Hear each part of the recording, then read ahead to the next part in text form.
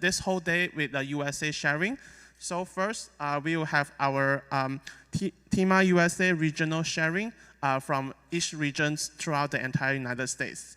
那各位师兄师姐，相信大家过去2天的人医年会应该收获满满。那今天呢，感恩大家上线参加今天最后一天的全美国的各人医会的分享。那我们第1堂课呢，将会是全美各地的人医纪实分享。So the first presenter for the day is from the Southern region sharing. Her name is Xiu Bi Yang. She's the TIMA Southern Region Administrator. 那今天的第1位分享者呢，是来自德州分会的分享。分享者是杨修碧师姐，她是德州分会的人医会总干事。好，我们来邀请修碧师姐的分享。感恩上人金色师父 brothers and sisters. This is Xiu Bi Yang.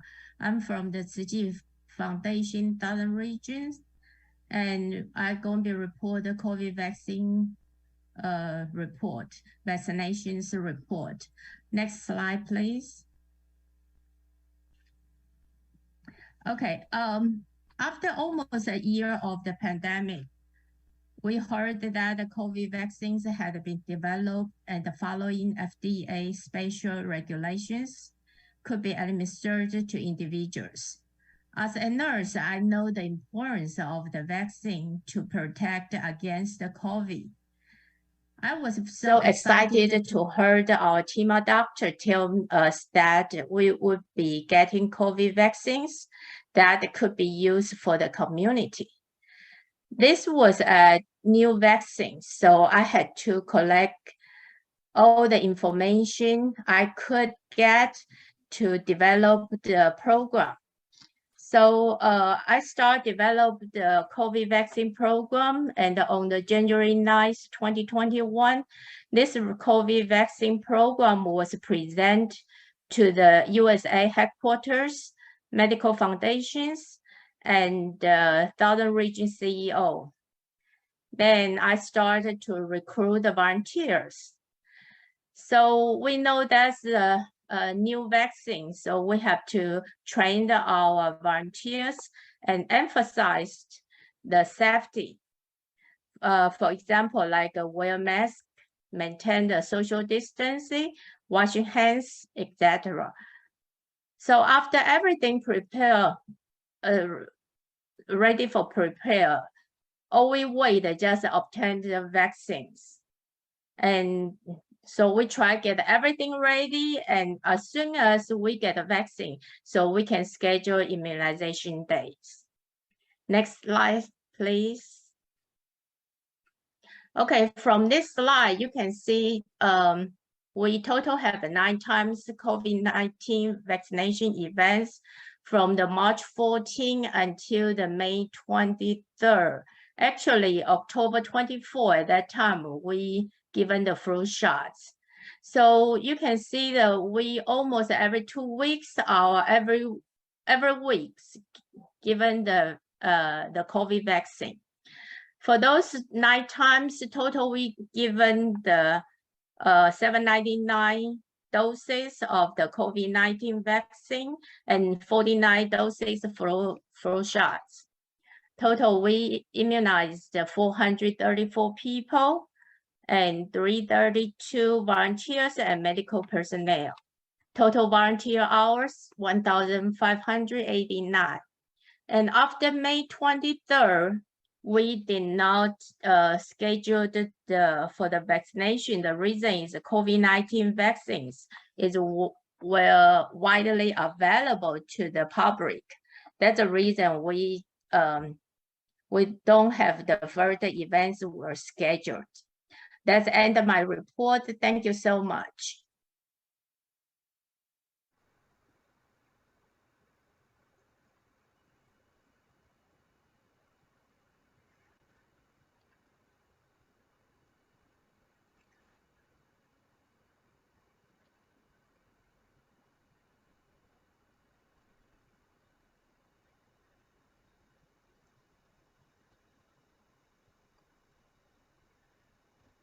感恩杨修碧师姐的分享。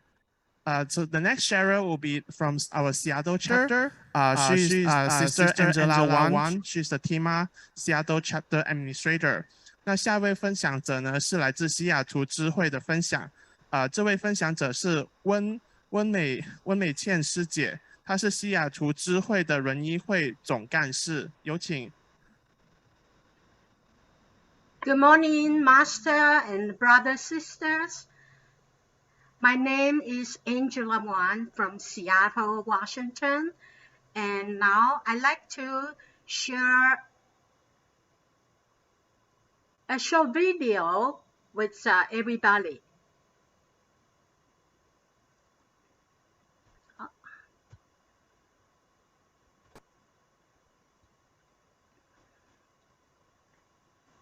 What happened?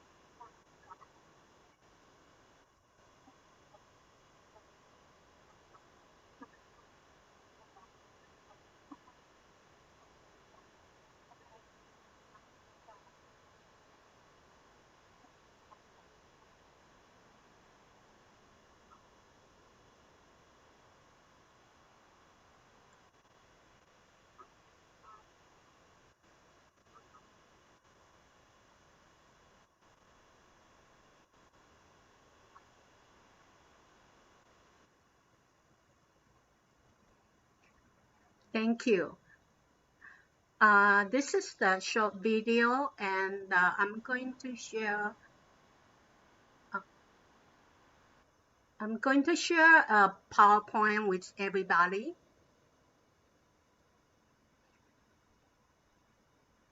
Did you see my screen? Yes. Okay, thank you. Did you see my PowerPoint? Yes. Okay, good. I have been working part-time with ICHS since 2004.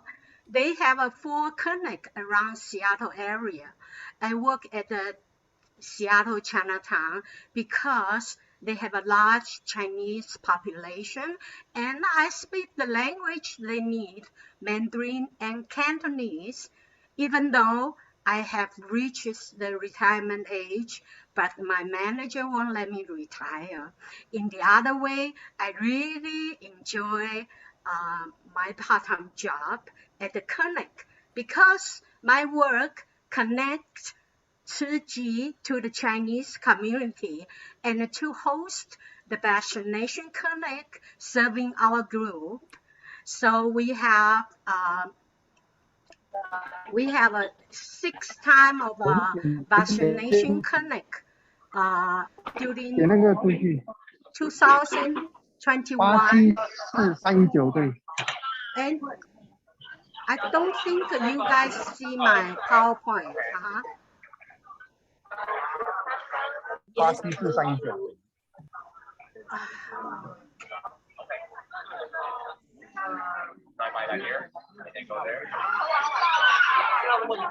Okay, you gotta go that way or? Please mute your microphone.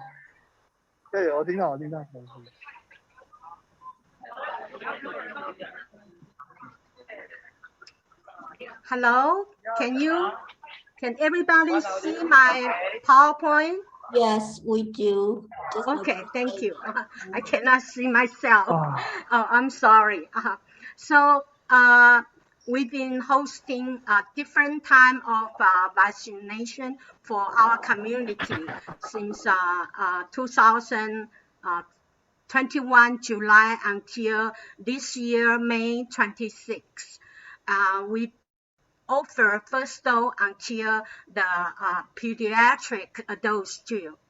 And in our community, activity, because the Russian and the Ukrainian war was caused a large number of refugees, and it is even more necessary for everyone to lend a helping hand. So Seattle office holds a vegetarian charity food sale in 2021 and 2022 to promote vegetarian food and raises charity fund and inspire everyone's compassion and love and achieve environmental protection. Our office has a vegetarian vegetable garden, so which has been established for about 3 years. Also participant in this charity sale this time. Everyone has something to do and full of joy. It can inspire everyone's love, raise money, and helping more people for the wellness of our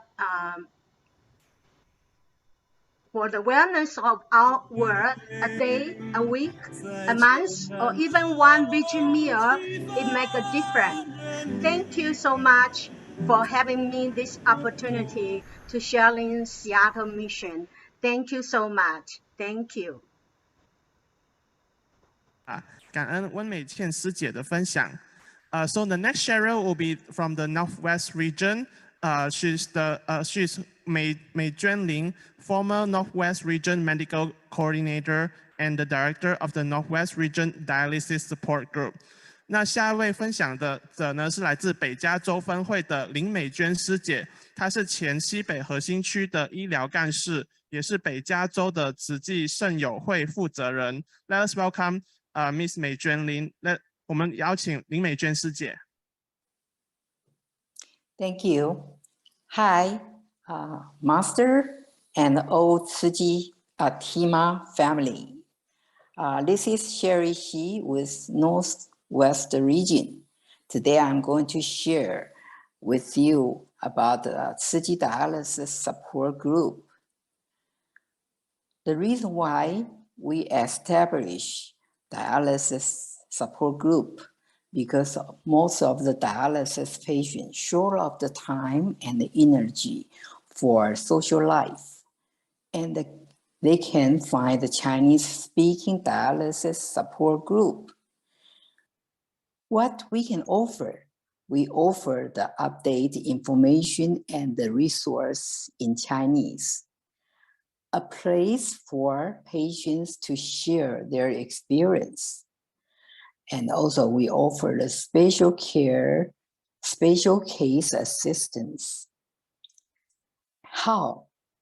We meet every bi-weekly since July of the 2005. Next. Next, please.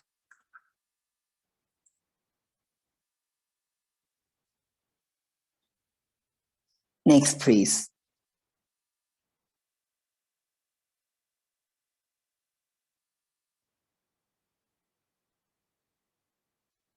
During the pandemic, our support groups still going on, and we meet. Our meeting are conducted via Zoom. So our meeting subject, the topic are like update of the artificial kidney development, and also at-home hemodialysis and peritoneal dialysis. Next one.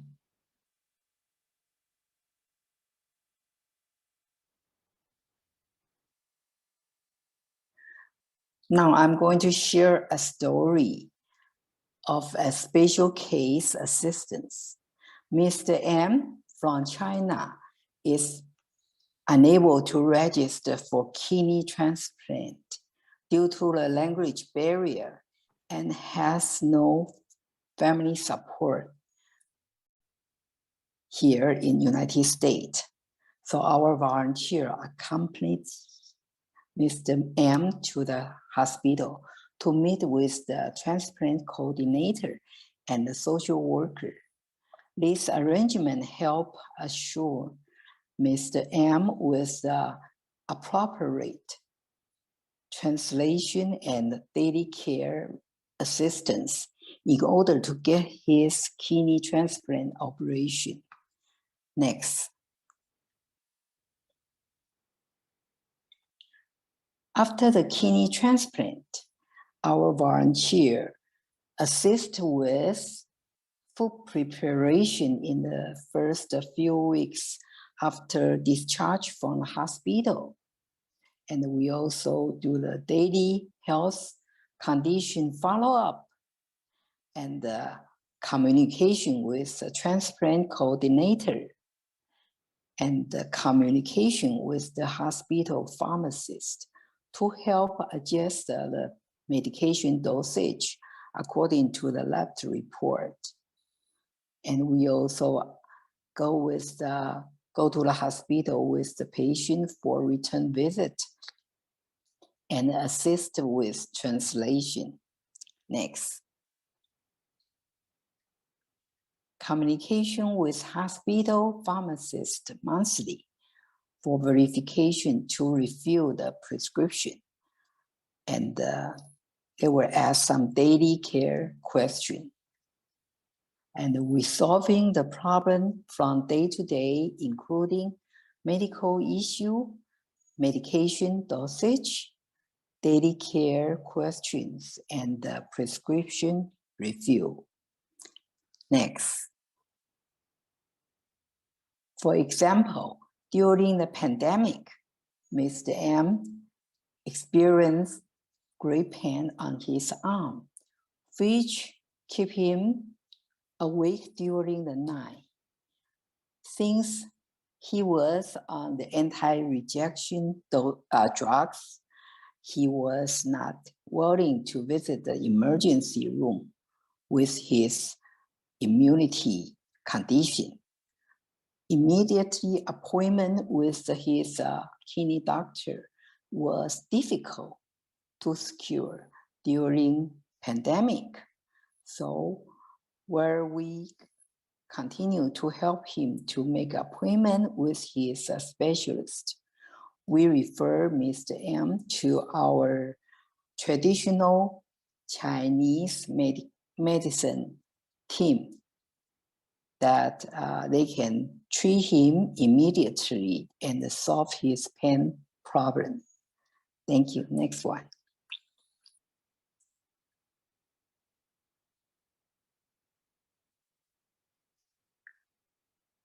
The impact to the patients. According to Mr. M, Tzu Chi has changed his life. Without Tzu Chi, he probably would not have survived well. Mr. M learned about Tzu Chi's great love. He is also willing to help others. This is not the only special case we encounter. We have few similar cases in the past years. We wish to let more people know about Tzu Chi and spread the great love around the world. Next. This is the photo. Show our volunteers. They celebrate Mr. M's rebirth after his kidney transplant. Next. In the year of the 2021, Mr. M relocated to East Bay.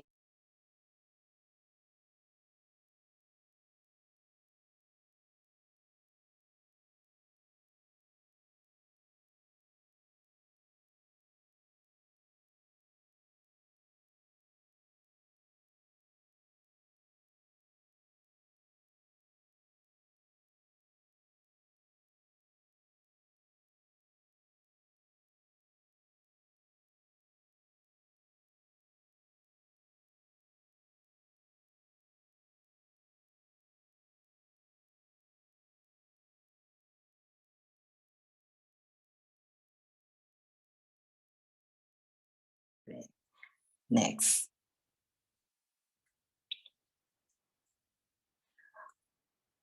Really appreciate to Medical Foundation. From this year, we are able to post our gathering video to YouTube so that more people in the United States can watch the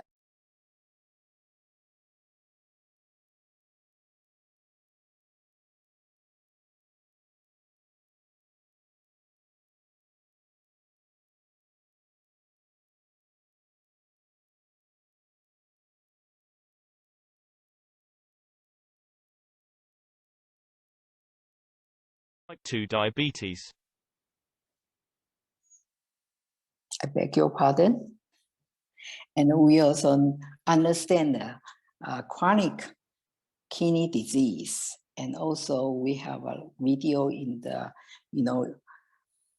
tell people how to read the lab report for the dialysis patients. Next, please.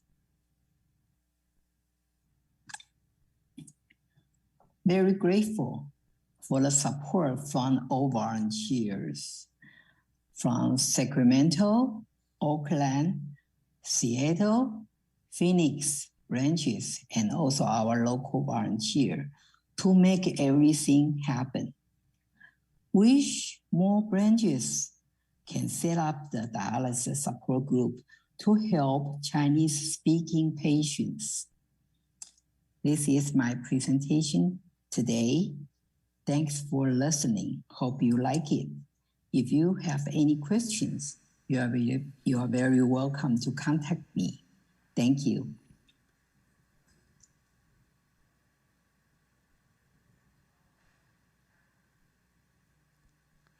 Thank you for the sharing from Sister Mei Juan Lin. 感恩林美娟师姐的分享. So the next sharer will be our brother Ming Liu. He's the HQ Regional Medical Coordinator. 那接下来分享的嘉宾呢是来自是我们的吕明元师兄，他是来自总会地区的医疗干事。来，我们有请吕师兄。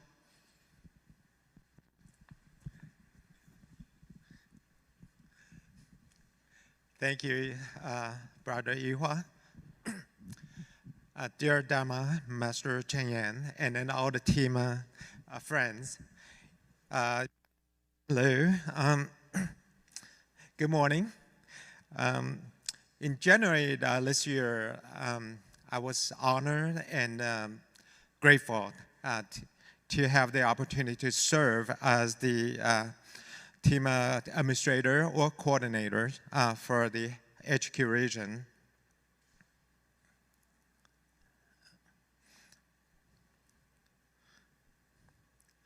try. Oh, I guess I need to share my screen first, right?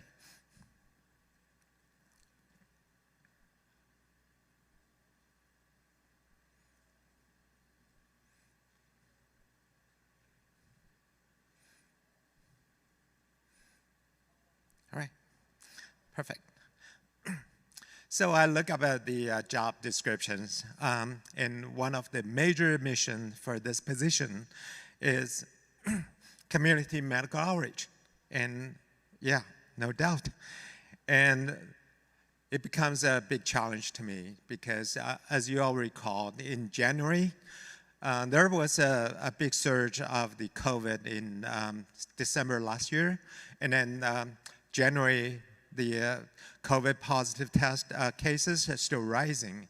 So for me, to be able to lead the whole HQ region to resume the in-person medical outreach is really a big challenge.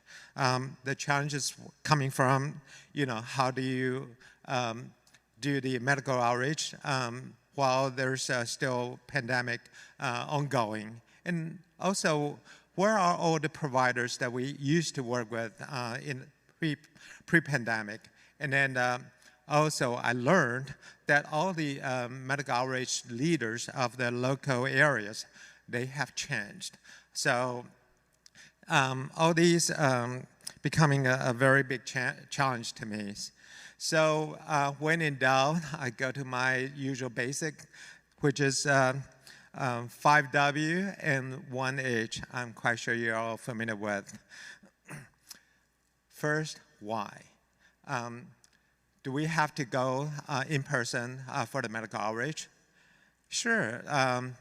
During the pandemic, for the past 2 years, we've been sending medicine to all these patients that we've been caring for chronological diseases. And what we can do is only like 20 to 30 patients. And when we have the medical outreach in the regular events, we serve up 100. And what about the rest of the patients? Are we going to give them up, or what are we going to do?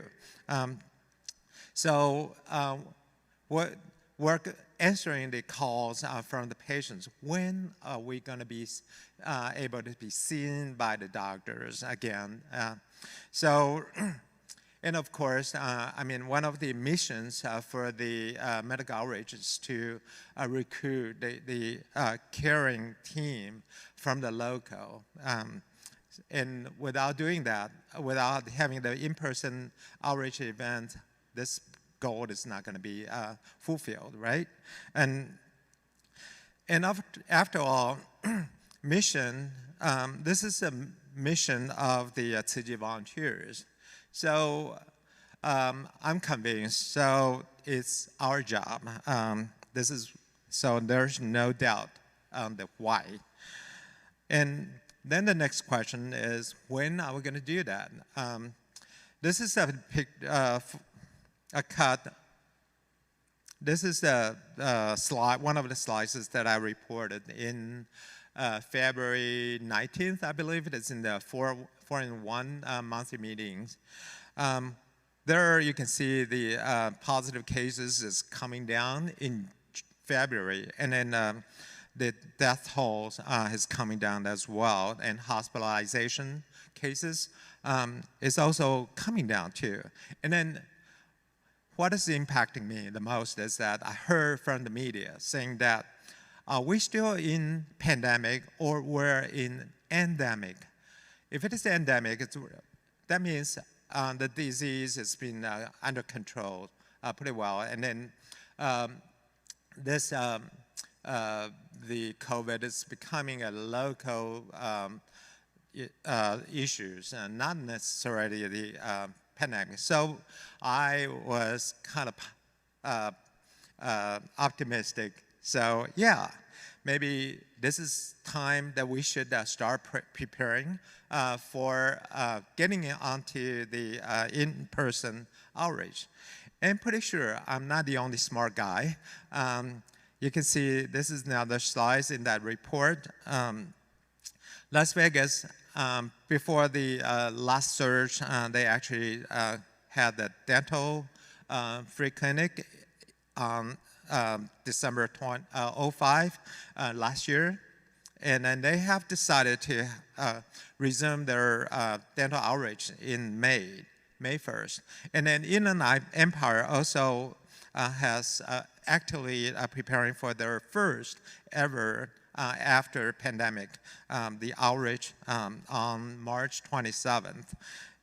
And also they have reserved the dates of August 7th and December. And in the Midwest, there's a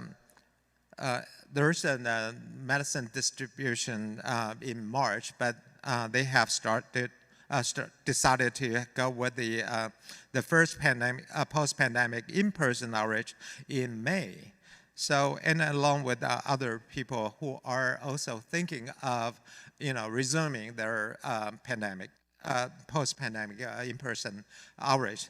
So, yeah, the title of the slides is that resuming our medical outreach is on the run. So, yeah, we're on the run.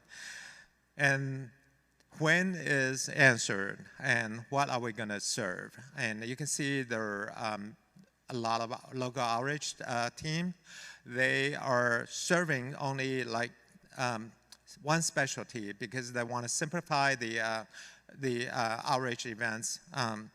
And then, but of course, we're not only serving just one. We typically serve medical, acupuncture, dental, vision, pharmacies. So are we going to have all of them, or even more, are we going to provide the COVID vaccination, flu shots, or food, clothing, dispenses, those kind of things? This will be a local decision. So next, who are we going to recruit? And these are like the typical team for our outreach events. There are a lot of people in there, right? And this is not everyone. This is only a partial of the medical outreach team. And in the medical outreach team, you can see that there are professional volunteers, which includes providers, MD, MP, RN, acupuncturist, dentist, hygienist, OD, RPH, and everything. We require them to be licensed, and the new developments is that we want to have the Tzu medical credentialing to be done for all these providers. And other than that, there's some non-providers, but there are medical professionals like MA, DA, medical tech, or pharmacy techs, and so forth. And then beyond that, we have regular general volunteers. So it's a big team. And how do we recruit them? And I thought that TEMA is a great platform for that. And with the TEMA, and if all these people who are interested in continuing providing the services to medical outreach, they should all sign in to the TEMA membership. And then hopefully with this TEMA membership, we not only know their specialties, for the non-professionals, we can actually know if this person is good in DA jobs or the EHR job. Those are positions that requires a little bit of training, not just any general volunteer can just get hands-on right away. So yeah, with the team membership, that would be a perfect platform for that. And my dream is that I hope there's a TEMA directory that is available to all the local TEMA coordinators. When they recruit, they know who are available, who we can invite. Unfortunately, this is not available right now, but I hope we can all work on that one. So as far as where, thanks to all the Tzu volunteers, they kept a very good chemistry with their facilities that they've been used during the medical outreach that. So when we go back to them, they similarly are not resisting and they welcome us over there. But of course, I mean, if you want to have a new facility, that is going to be a big job because you need to provide a proposal, come up with a proposal, come up with an evaluation team, and then if everything's so good, then sign the MOU. This is going to take months. Fortunately, like I said, the good chemistry does all the work. But still, I mean, our so-called usual facilities, we may need new MOU.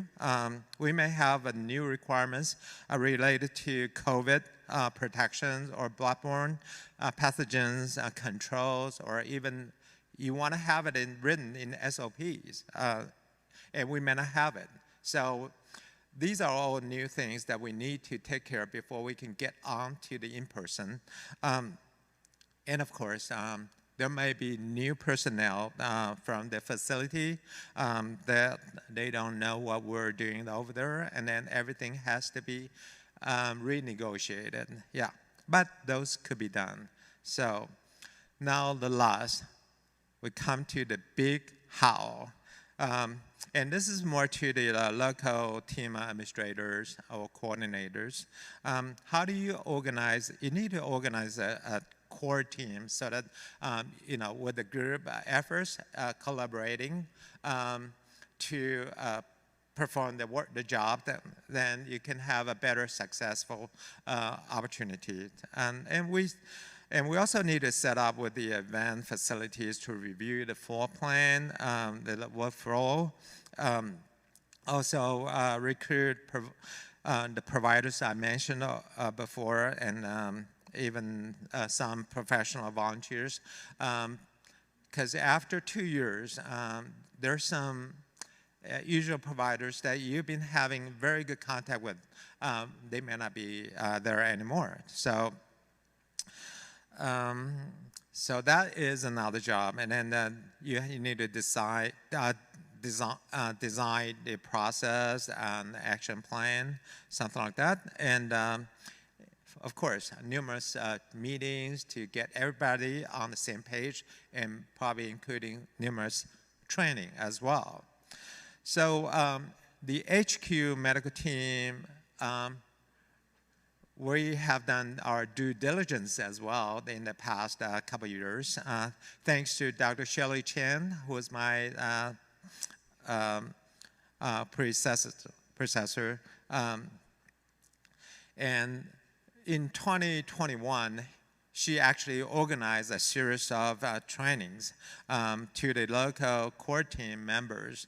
And these will include like standard SOP explanation done by Brother Stephen Wen, and EHR operation done by Brother Ron, and dental equipment demonstration and operation done by Shirley Chen, Sylvia, and so forth. Another issue is that we used to have a logistic personnel who was employed by the medical foundation, but that position is gone. And then that's a key person to all the outreach events. And then without this person, we need to think of what is the alternatives. That logistics would include the transportation. It means you have to drive out the big truck. I think you have all seen it. And then including the setup and the on-site mechanical troubleshootings and so forth. So here's a couple of slices that there's some, Dr. Shirley Chen and Sister Sylvia, Susan and Fanny, and many more. What I did in 2021, this is what we had before. We have a chest of a tool chest that has everything packed inside or jammed inside. And so whenever DA come over here to ask for certain tools or equipments or accessories for the dentist, they have to go up and down all the drawers to find out where they are. And even so, even they found that there's a pack, oh, I'm missing something over here. I need to open up another pack for that little tool. And then we all know that once you open up the pack, there's the infected done with the infection. So once you open up another pack, that means that pack is no longer useful, right? So what I did is that I built a new chest. And then this is what they see, what I've been doing. Very organized, everything is labeled, and this is Sister Sylvia. Very lovely picture over there. And these packs are, if you look inside, you can hardly see what is in there, especially in a rush. But now it's all color-coded. When they're packed, we know what is missing in the pack. So it's very easy to work through the a very busy outreach events. Oh, there you go. And then lastly, the logistic and transportation. Yeah, we're very lucky to be able to ask. Here's brother J.D. Chen, and there's brother Lee.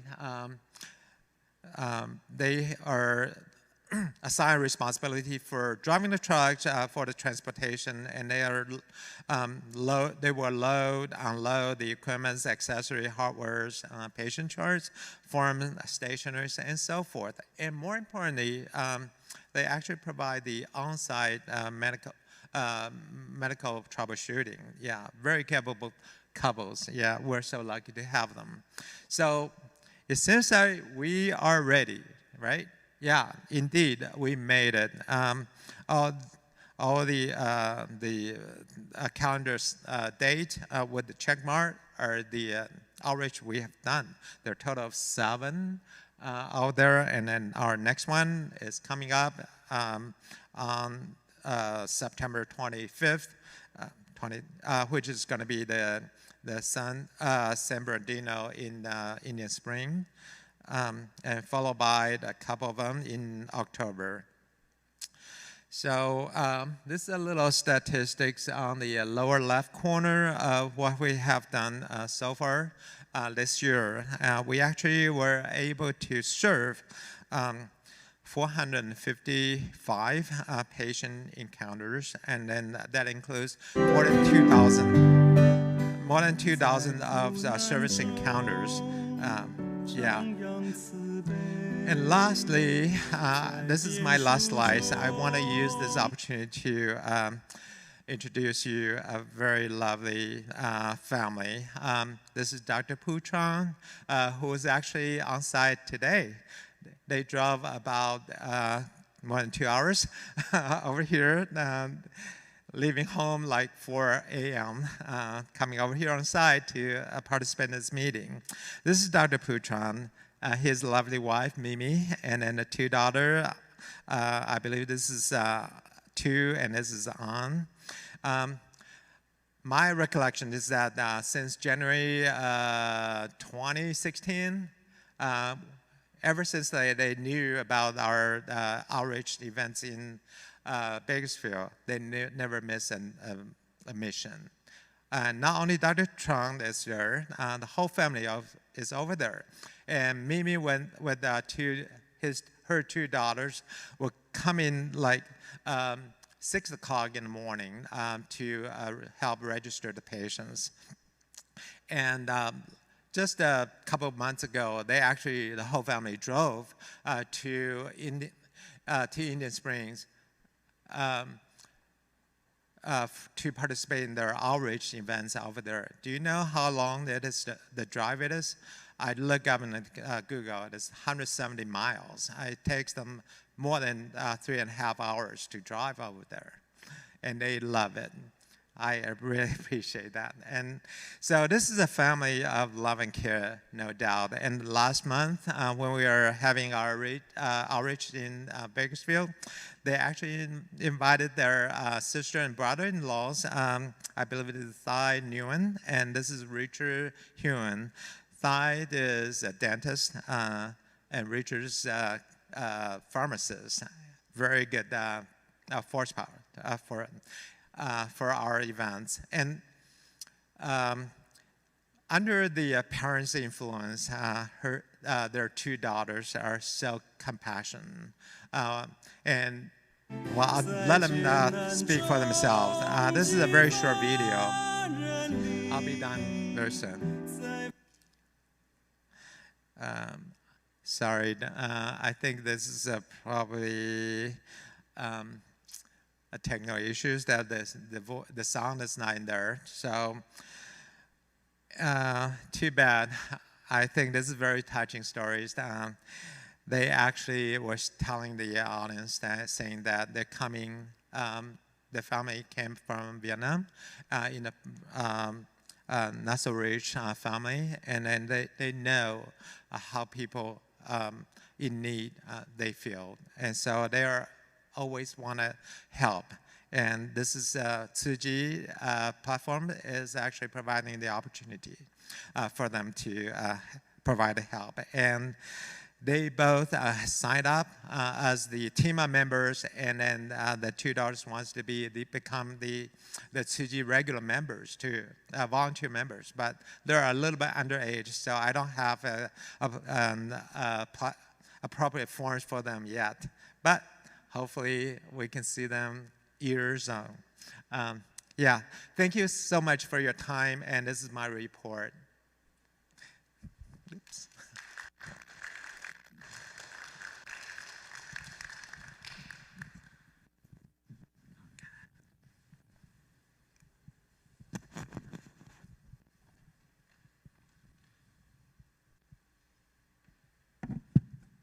Thank you so much, Brother Min Liu, for the sharing. 感恩吕明元师兄的分享. So the next sharer for today is from the Northeast region. He's Dr. Richard Yang, TIMA Northeast Region Associate Director. 那接下来的分享者呢，是来自纽约分会的杨连牙医师，他是纽约分会的轮医会副召集人。好，有请。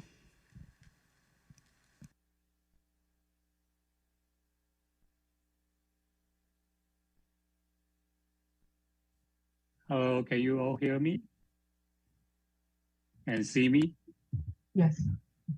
Okay, We great. hear you. All right, thank you very much. Dear Dharma Master Zhen Yan and dear brother and sister, good morning. So the first things I would like to do is give everybody what we're going to what we did last year from 2021 to 2022, and those are the things we done in the Northeast chapter, and it's going to be 7 different directions and also multiple events. Okay. The first thing is the health service seminar and workshop. We are actually New York chapter. We team up with medical foundation, and we provide a platform to the medical seminar. We have a multiple lecturer join the schedule. So we have a main schedule provided by Medical Foundation, and we try to get the speaker to present their lectures. And those we did in New York and also in the United States. So the Alzheimer's seminar, everybody knows we provide the trainer and the speakers for the Alzheimer Association. Also, those health seminars, we have a different topics. I remember I host for Dr. Chen and also different lecturers for different specific topics. Then second one will be the Vision mobile van visit and the training. As this year so far, we are actually make 205 pair of classes, and we went to a different schools. The New York Vision service is a little bit different from Fresno and California. We actually provide from elementary school to high school. So those are the school where we are going to. Then like February 2nd, and we went to PS 242, and those are the pictures we are going to. March 9th, we're going to the PA's 298. Then we also have picture with our partner, Dream Foundation. They are have event with us. They arrange the school and the connections, and we are actually provide the vision classes. And March 23rd is PA's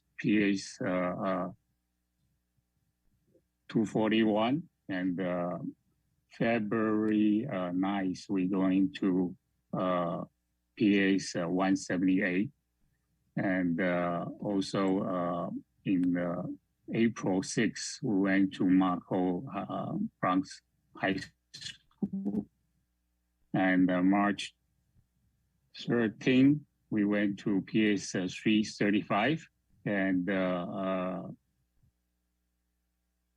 May 22nd we went to actually City Academy in Long Island. So we are providing the classes and those different schools. We also serve in the community.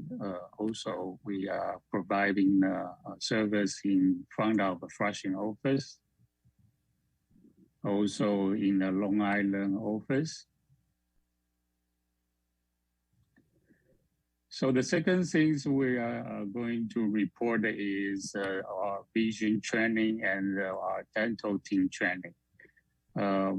Before we going out the outreach, we usually have training for the assistants and the volunteers. So they are know how to operate those equipment. The training not only open to New York, also sometimes we help New Jersey to doing that. The Charles Wang vaccination program, as a record in the beginning of the year, we still have a COVID-19 pandemic, and we are actually got funding from the Charles Wang Community Center. Then they give us funding, and we are provide volunteer to promote the vaccination to the community. So we went to school, we went to the different venues like the supermarket, local, and also community center, elderly senior center to promote the vaccination. We also work with Ella Young. That's they provide us the free CPR test. Not only we can use for our own office volunteer and events, also we can provide everything to community. If they need a CPR test, they see they are positive or negative. Okay, then we have a community service. The great things we are doing right now is we are under contract with New York City. The mayor, Eric Actons, we know him since 2019. And when the Vision Man go to the New York, and we have a ribbon cutting ceremony. And he is the he was the New York Brooklyn City borough president. So right now he got elected and become New York City mayor. And we are actually doing an MOU with the city, and it's going to come in very quickly. So the picture we're seeing right now is the Zoom meeting with city mayors.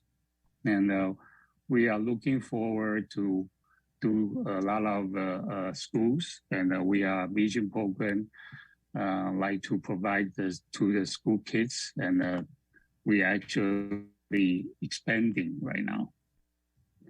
Also, in the city of Yonkers, that's the city above New York. So they are doing some conference call with us. They are interested to work with our Vision to Succeed program. Not only that, we also have some events last year. And this year, like a walk zone, that's actually start from the medical foundation, and every branches follows. We have a bone marrow match and a blood drive. I believe everybody remember the bone marrow match, and we are actually promote in New York City. And we have a fibro biking. That's first. We did like halting and 40 miles and throughout the 5 boroughs. And we have Tzu teams, and you can see it's a one-day event, and we also promote the bone marrow match at that time. Then we have medical foundation, Stephen and Olivia come to New York visit to solve our problem of medical operation, and also training for our volunteer to be a very solid team. And at that time, we are learning a lot, and we are actually appreciate that they are coming from Fresno and to New York to train our volunteers. And we also have outreach there's a 2 outreach this year. That's July 17th, and we did it in a Long Island office. We actually have 80 patient registered, and we have 200 servers provide. The volunteer-wise, we have 162 volunteers, and we have 20 doctors. And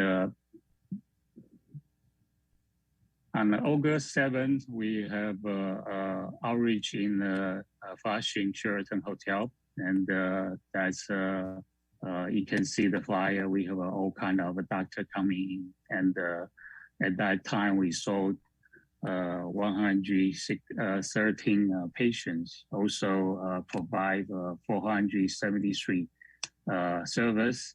Volunteer, we have 166, and the doctor, we have 32 doctors. So that's the pictures. Okay, thank you for listening, and I appreciate to our New York team's efforts. Also, medical foundations, they assist us to carry out all the medical mission this year, especially Clarence, Malik, Dr. and also Stephen Wong and Olivia. Okay, thank you very much.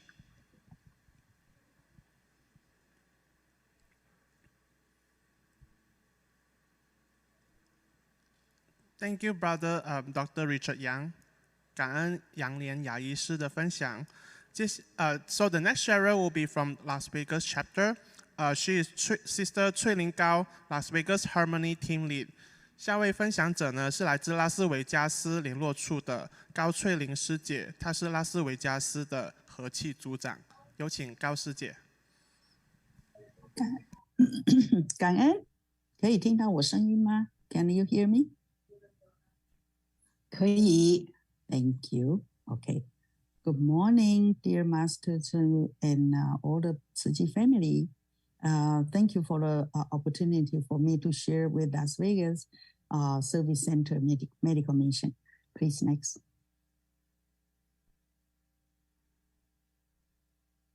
Okay, in Las Vegas, since 7 years ago, we started medical dental outreach. So this is how we do. The big truck from headquarters will come with a volunteer with all the equipment. Next.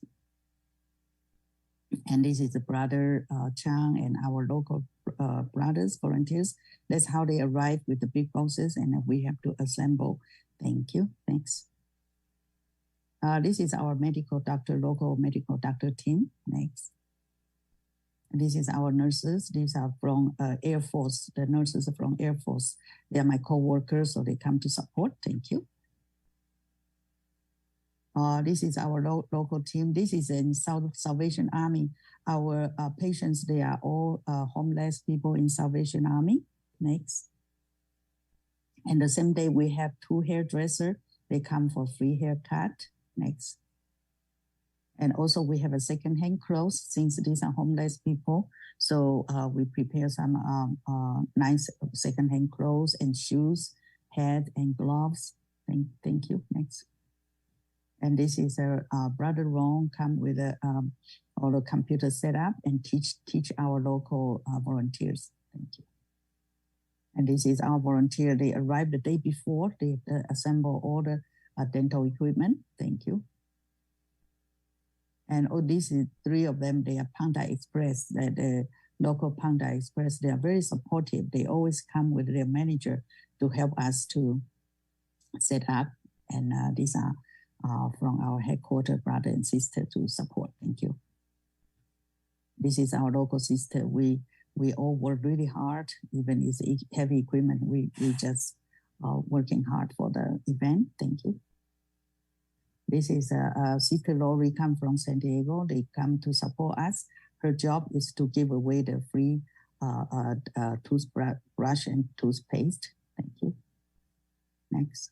Okay, before the start, I always get together with the dental assistant for the love reminder. Thank you. And this is our sterilization team. Our sister Wendy, she's a team leader. We have a team go to headquarters to learn for 1 day, and now she's taking a lead for the sterilization team. Thank you. And this is our team. We have a dentist and a dental assistant. Thank you. And this is a triage. Our team leader, Dr. Fan, doing a triage. Thank you. And this is troubleshoot. During the dental outreach, you never know what is going to happen. So our brother with all the experience when solving the problem. Thank you. And this is how you look. This is a big space, and we have set up about 10 sets of equipment. And we have our color-coded dental assistant and dental hygienist and a dentist. Thank you. And this is before the event, we have to prepare all the name tag and everything. So it takes a lot of brothers and sisters to do it. Thank you. And of course, we have our sign language before the event start. We have a love and care sign language. Okay. This is how many volunteers we need. Okay, we normally about 85 volunteers for the event. This is in Salvation Army. Thank you. This is my medical team. It's a 2 doctors and all the nurses from locally. Thank you.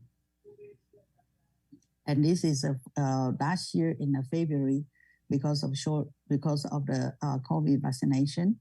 Our Dr.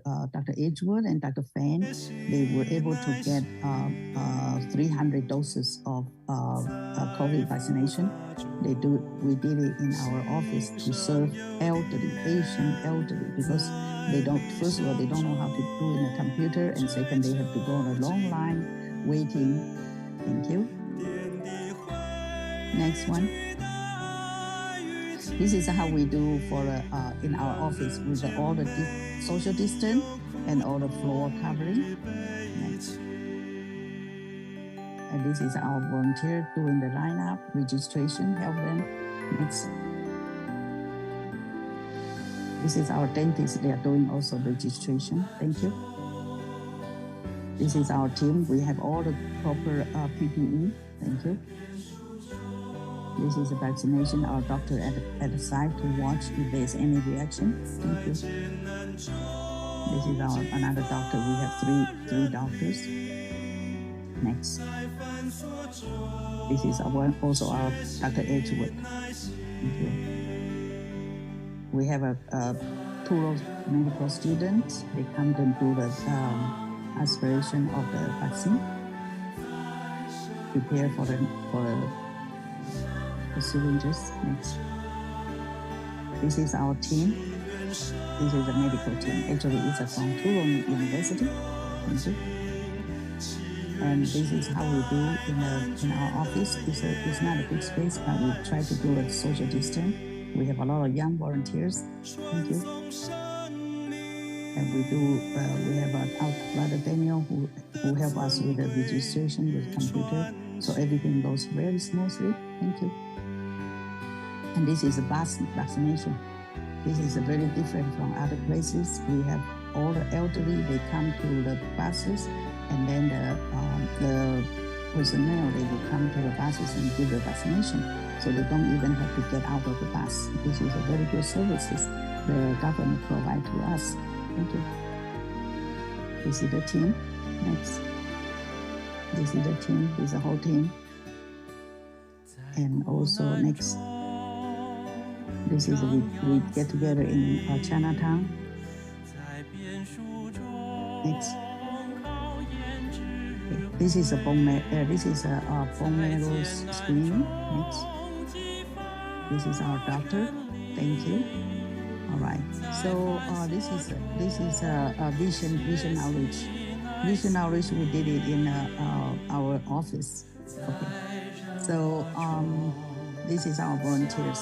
So, thank you everyone for listening. And of course, all the vision will require a lot of volunteers and headquarters support. We just wanted to thank headquarters support and continued support. Thank you. Thank you so much. Thank you for your listening. Thank you.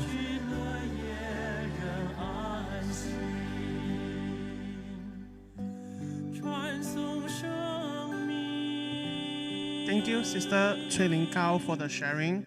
感恩高翠玲师姐的分享。So the next presenter for today will be from Boston chapter. She is Sister Su Fang Deng, TIMA Boston Service Center Administrator. 接下来为分享者呢是来自波士顿联络处的邓淑芳师姐，她是波士顿联络处的人医会总干事。有请邓师姐。好，感恩总会师兄哈，敬爱的上人金色师父 and all TIMA members and volunteers, good morning. My name is Xu Fang Lin. I'm the Boston TIMA local administrators. Today my sharing will be focused on a healthy community outreach. And Massachusetts is the overall background health system is everybody is required to have health insurance. So the health resource or the access is not an issue in terms of the availability of medical service, but we focus on in terms of the barriers to access to those medical service and the education on health, prevention, in the overall wellness promotion and disease prevention. So those are, today I'm going to sharing those 4 channels that Boston Service Center is focused on.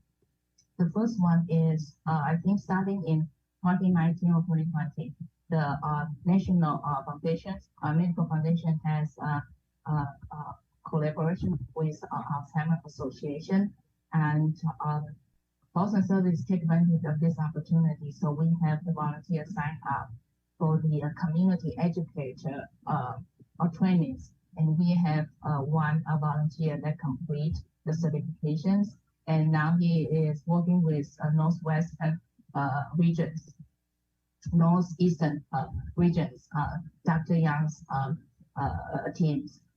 We have a couple of online sessions scheduled, and those are the right now is conducted in the local collaboration regions. So this community educator has quite a few opportunities to really sharpen the instructors' practice. And during those Alzheimer education outreach, we find out in Boston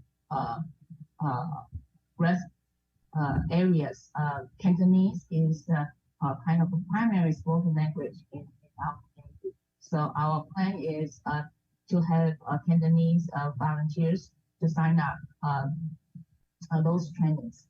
And we also have the focus on another program is Be the Match to promote the bone marrow donor registrations. And we work with Dana-Farber Cancer Institute, which is located in Boston. And we work with them, so they provide us the swab kit. And we do the promotions through all the local events, like the most recent is the Dragon Boat Festivals. It's a huge annual event and have lots of attendance and foot traffic. So we did quite registrations during that event. And we also work with both the local community collaborations. And this year we have worked with them in terms of the health webinar and COVID PCR testing. Dr. Yang mentioned the Eileen Yang Foundation provided the free PCR test, in which we work with New York regions. So in the health webinars, we work with 3 organizations: the Chinese Cultural Connections, Asian Women for Health, and Acton Bucksville United Way.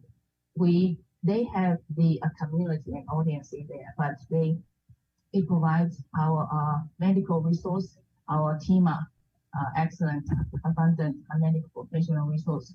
The first 2 is conducted in Chinese. The first one is conducted in Chinese, and the second one and third one will be in English. So our effort is to reach out, in addition to the Chinese community, is also to the more broadened Asian community and U.S. community as well. And in terms of the PCR testing, we work with 经济文化办事处、侨教中心 and Baldwin Academy, 慈济 Academy, to conduct PCR testing. Those are the organizations that PCR tests really make a difference to their overall employee or organizations. So that's how we conduct the PCR instead of a general population. And we also work with the Boston Charity Missions, which is in red box. It's Boston Charity Mission has we have a PPE distributed to YWCA Cambridge, and so we are talking about they have the housing residents, and we were working with them to talk with them about overweight and healthy diet. So those are the programs that we have in mind. And Da Tong Chun, which is in local Chinatown, and we are currently doing the veggie food, veggie distributions. And the program we have in mind is doing the smoking cessations to promote the stop the smoking. We also in Chinatown we have a small service center. Every Tuesday we have senior happy hours, and we have invite our team members to talk about overall health. And in terms of the work with the Tzu Chi USA Medical Foundation, we all, in addition to promote the online live streaming participation, we are planning to have Chinatown offline in-person sharing. So this is my sharing. Thank you so much for listening.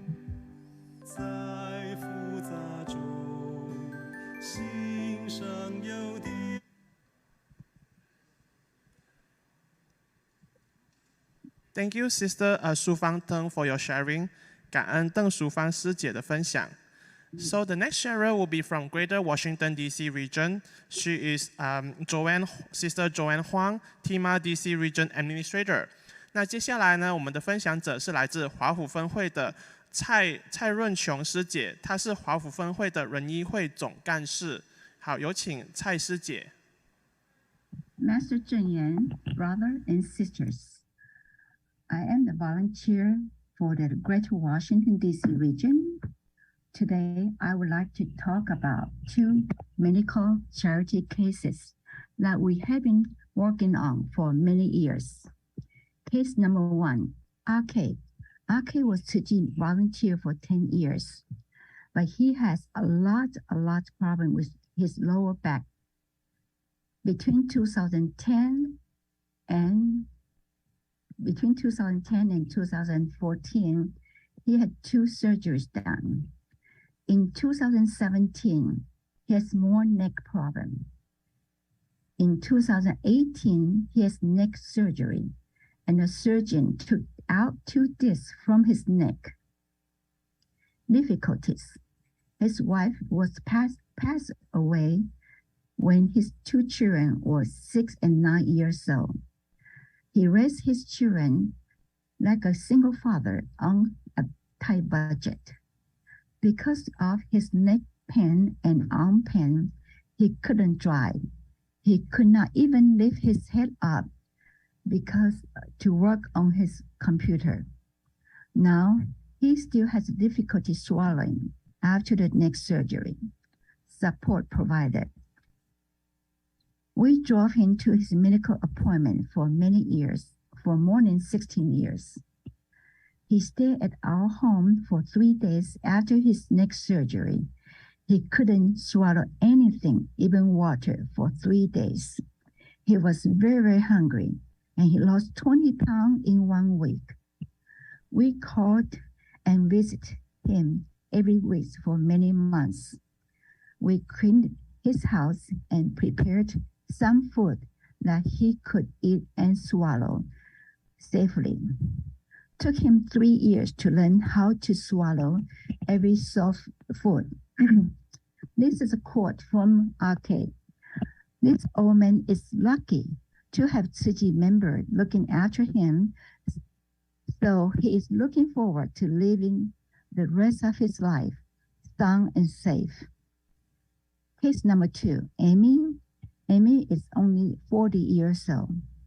Amy was told that she only has 6 months to live, but she's a strong lady, and he survived almost 2 years now. He went through many surgeries and chemotherapies from January 2021. Difficulty. She is a mother of 3 young children, 10, 6, and 2 years old. She has a very rare cancer. It's called angiosarcoma of breast that make it difficult to treat. He has to deal with a lot of stress caused by the culture barrier with her Japanese husband.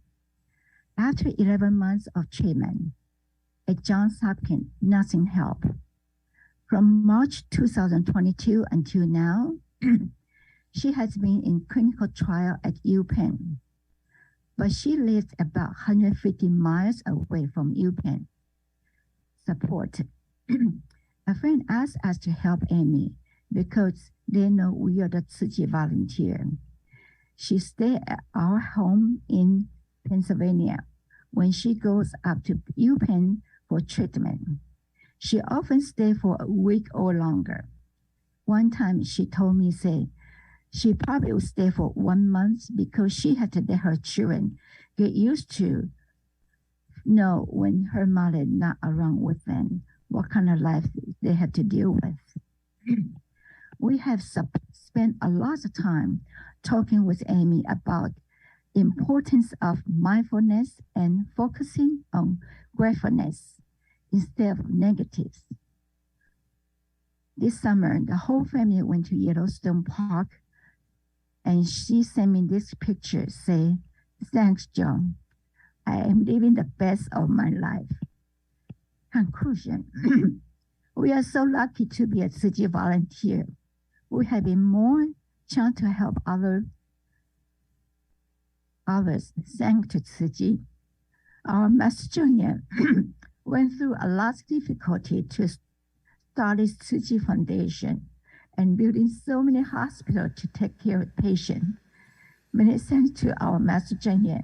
We love you. Take care of yourself. Thank you very much.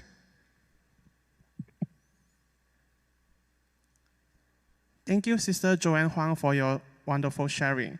感恩蔡润琼师姐的分享。So the last sharer for today will be from Midwest Region. She is Sister Hui San Su, Midwest Region Deputy Executive Director. 那最后一位分享者呢，是来自芝加哥分会的邱慧珊师姐，她是芝加哥分会的副执行长。好，有请邱慧珊师姐。Dear Dharma Master Chen Yan, Jingsi Master, and all brothers and sisters, a very good morning to everyone. Thank you for the opportunity to present today, and our focus from the Midwest region will be around recruiting young volunteers and medical students to join our medical outreach events.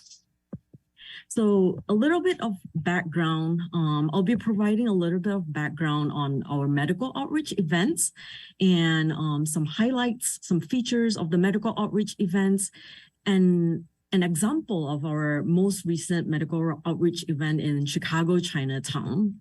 So every year prior to COVID hit, we would do at least one annual medical outreach events, which is a large event where we can recruit a lot of physicians, dentists, medical students, registered nurses or dietitians, and from different specialties.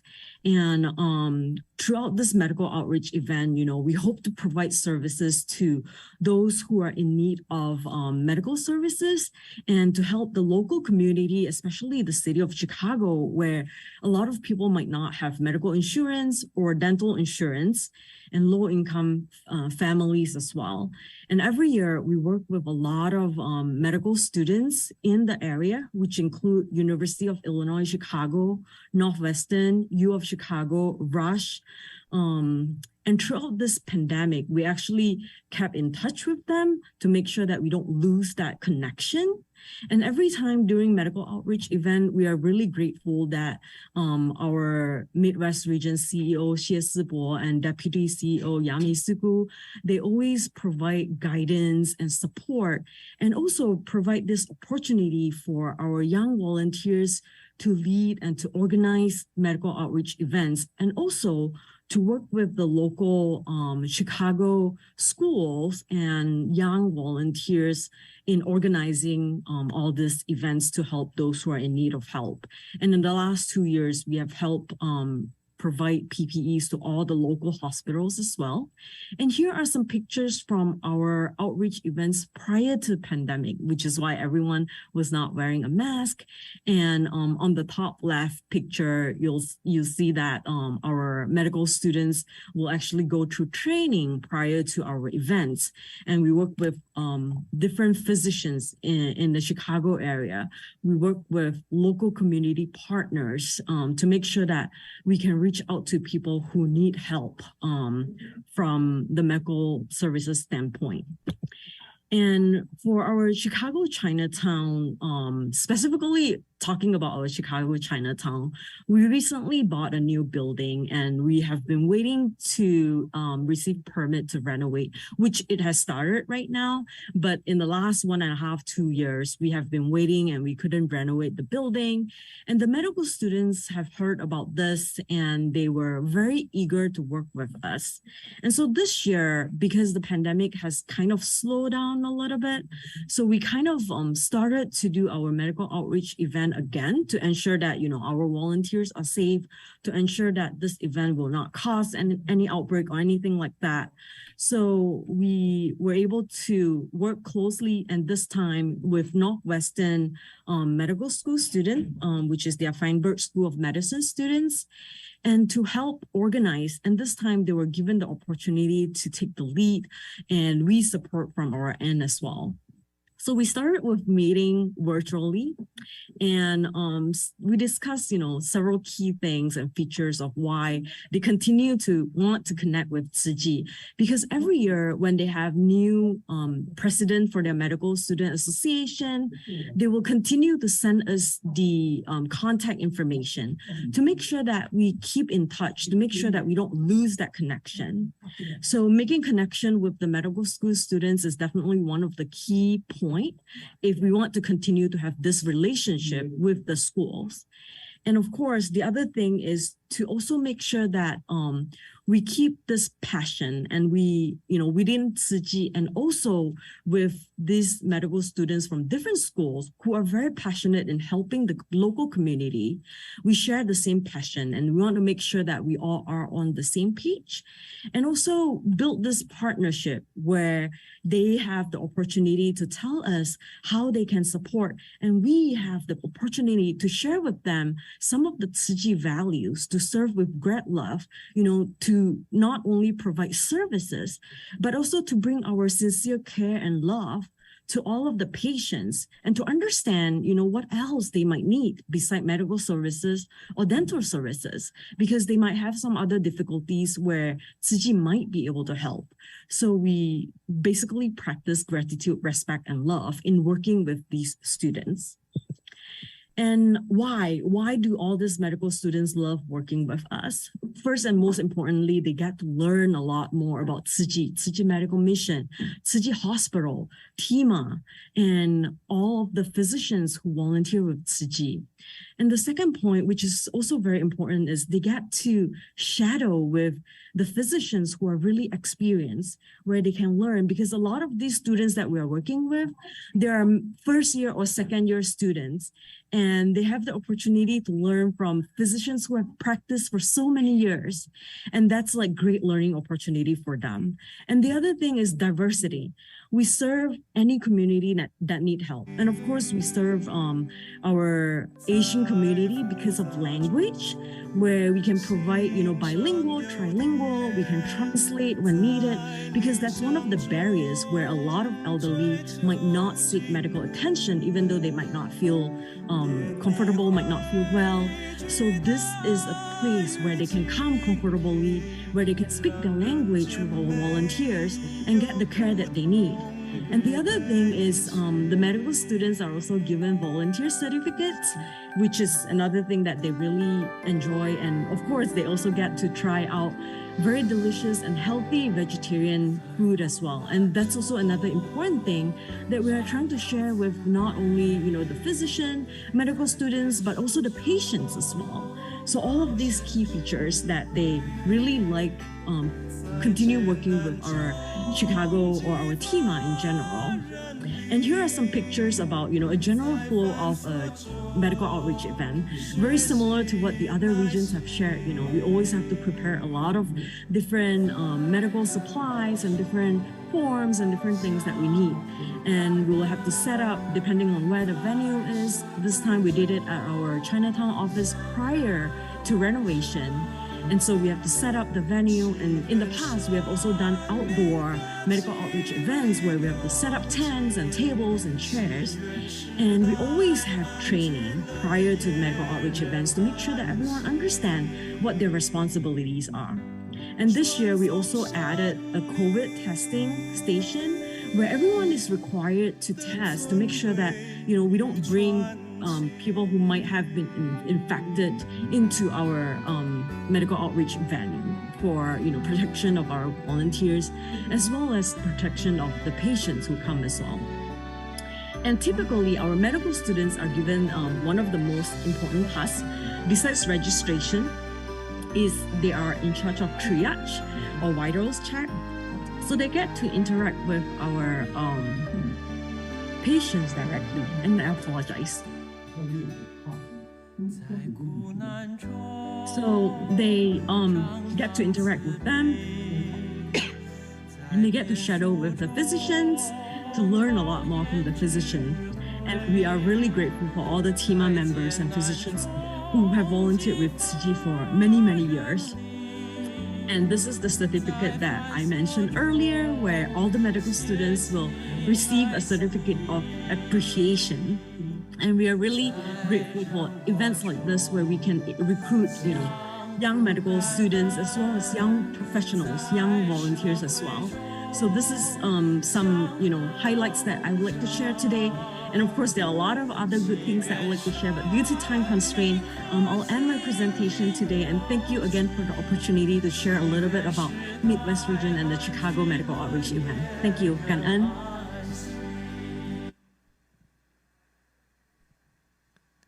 Thank you, Sister Hui San Su, for the wonderful sharing. 感恩邱慧珊师姐的分享. So our next session will be our break time, but before that, here's just one reminder. Because after the break time, we will have our breakout room session. So please rename yourself in this format, which is your breakout room session, and then plus your team number, and then plus your name. So number 1 is medical, number 2 is dental, number 3 is acupuncture, number 4 is mobile outreach, and number 5 is Spanish. 好，各位师兄师姐，我们在身心宽畅之后呢，回来呢，我们将会有分组讨论的时间。那请您将你在 Zoom 上面的朋友们呢，请您将你的名字改为组别就是 breakout room 的组别，然后所属组别，然后加上你的姓名。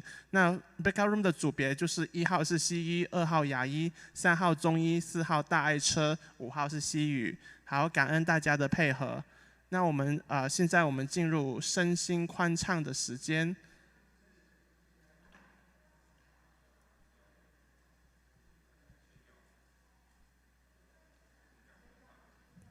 好。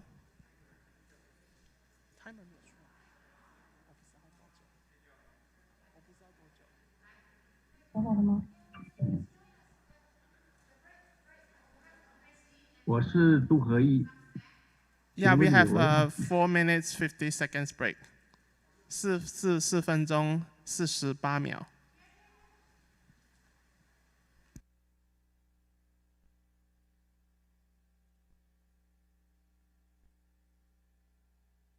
我是杜和义，请问我上线，请问我怎么样来测试我的麦克风跟我的 PPT？ 有人可以回应吗？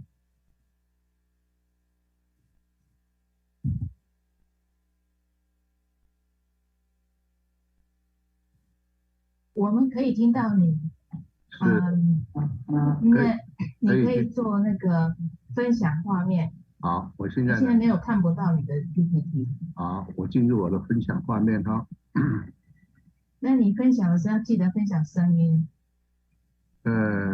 你说什么？我听不大清楚。在你分享的时候，对，你现在先停止分享。还是听不清楚。你先 stop your sharing， 停止分享。对，我现在呢，停止分享。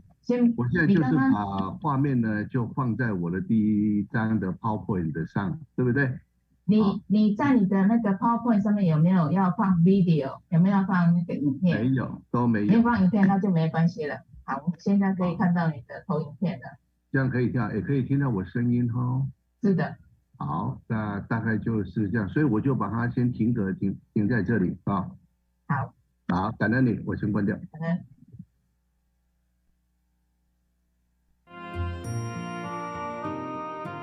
你现在分组到底是怎么样？还挺乱的，到底是中医组是2还是3啊？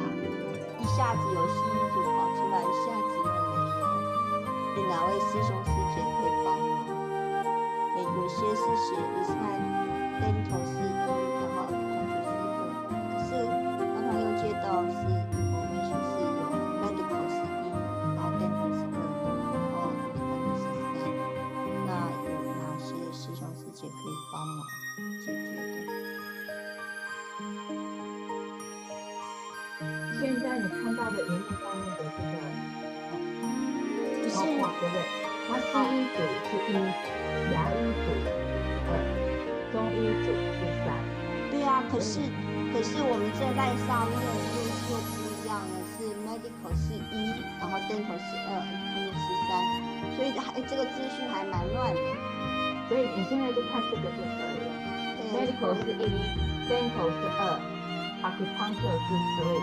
那 C。Hello, every brothers and sisters. Welcome back from the break time. Right now, we are going to have our breakout room session. So just one another final reminder to rename yourself so that your breakout room session group will be the first in the very front, and then followed by your team number and then your name. So for the assigned breakout room session, will be number 1 will be medical, number 2 will be dental, number 3 will be acupuncture, number 4 will be mobile outreach, number 5 will be Spanish. 现在呢将会是我们的分组讨论的时间。如果您还没有改变您线上的名字的话呢，就请您将你的你想分组的名字放在前面，然后在你所属的组别，然后再加上你的名字。那就是比如说1号是西医，2号是中医，3号是错了，1号是西医，2号是牙科，3号是中医，4号是 mobile clinic， 就是大爱车，第5号西语。好，感恩大家，也请大家不要做任何的录影。please do not do any recording on Zoom. Thank you.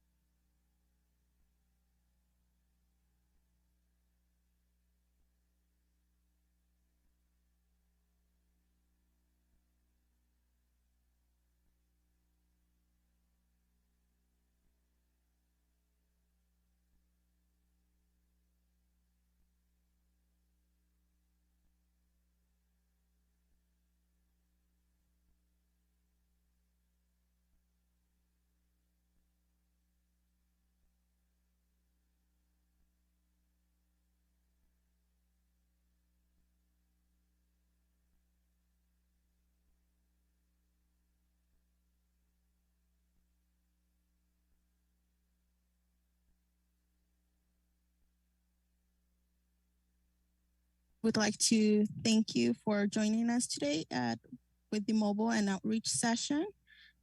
We would like to remind you to please write down your questions on the chat box, as we will have a Q&A at the end of the presentation. Today, I would like to introduce to you Brother Stephen Boone, COO of Buddhist Tzu Chi Medical Foundation, USA. Please give him a warm welcome.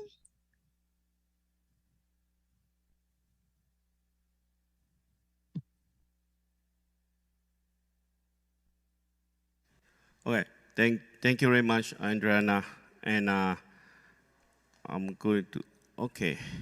So, breakout section, a lot of requests say that need to find out how to do outreach and how a Fresno team, their journey to be, what I call it, 20 years of journey to outreach from beginning to the up to now. So today I will share how we do it, what we face the challenge, and at the end you are welcome to put a chat room to say what I call it, your questions, and Adriana will ask the questions at the end of this sharing. So let's see.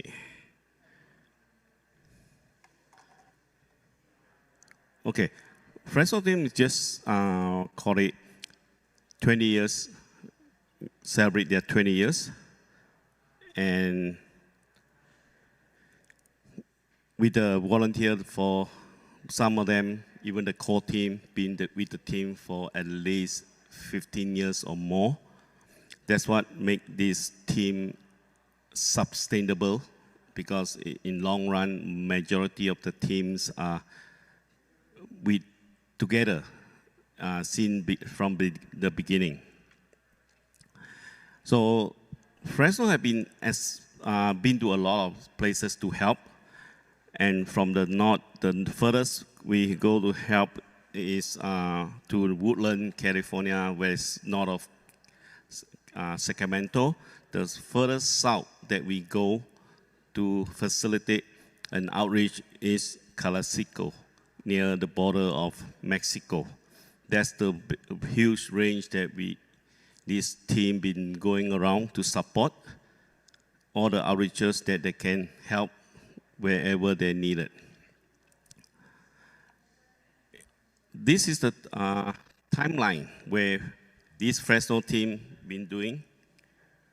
And first event is 2001, when the team from LA, headquarter region, and the regional region, which is San Jose, Northwest region, come and help Fresno to do their first event. And then same thing, second event, they've been helped to do that. Then from there, the Fresno team on 2003 start joining TIMA. And 2004, they are starting do their monthly clinic every month. From one event, two event, first 2 years, after fourth year, they start doing every month event and also start using the first EHR system that they wrote by themselves. Then 2005, expand their medical service from every month, they add weekly clinic. The reason they add weekly clinic is to help the patient and the doctors can follow up after they do a prescription medication for them. They can call back in 2 weeks instead of a month, or come back a week instead of a month later to see doctor for the prescription review. Then, 2008, they first get their first medical mobile. Then from there, 2008, Fresno also start expanding their service to help other small chapters that like to have medical service. That way, a lot of places can start doing medical clinic and outreach. So they also hosted a Central Valley Medical Team boot camp to help out all the team that need to start how to start an outreach. They attended the boot camp. Then from there, the Fresno start supporting those other city chapter that want to do outreach in Central Valley.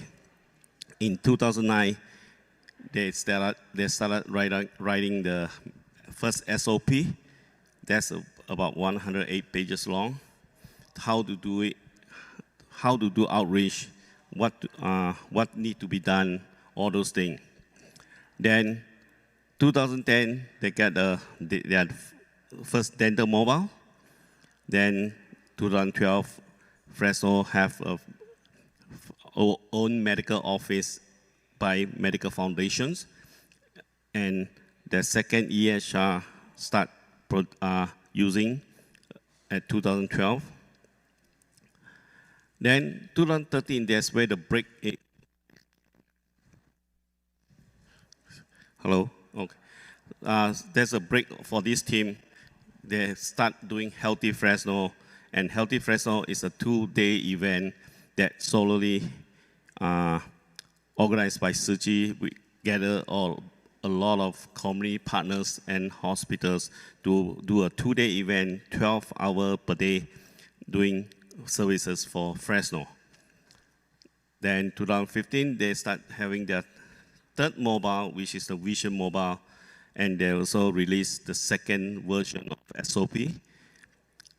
Then by 2016, they start doing over 100 events per year.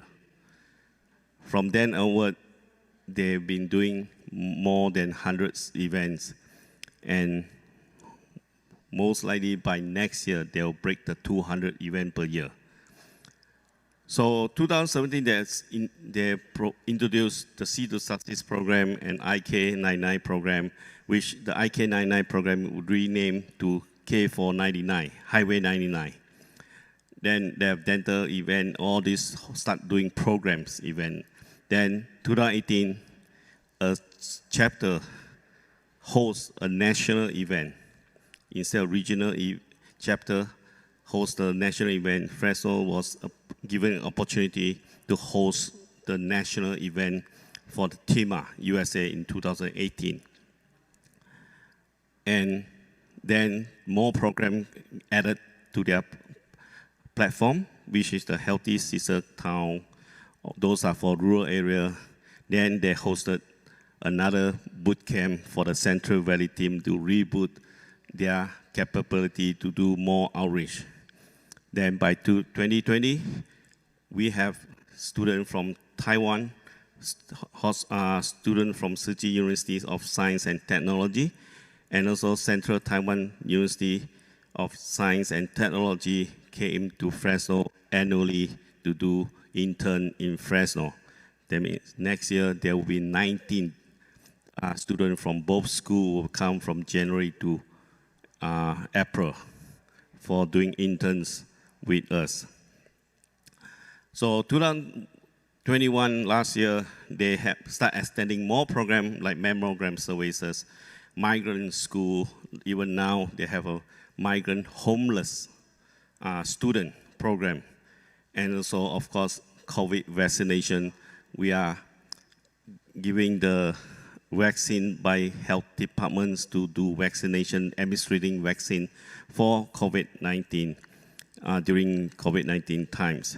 And also because we have quite a few of diabetes patients from on our medical service, we added also retina camera, which is fundus camera service into for medical patients to reduce, to get early detection of blindness for those diabetes patients.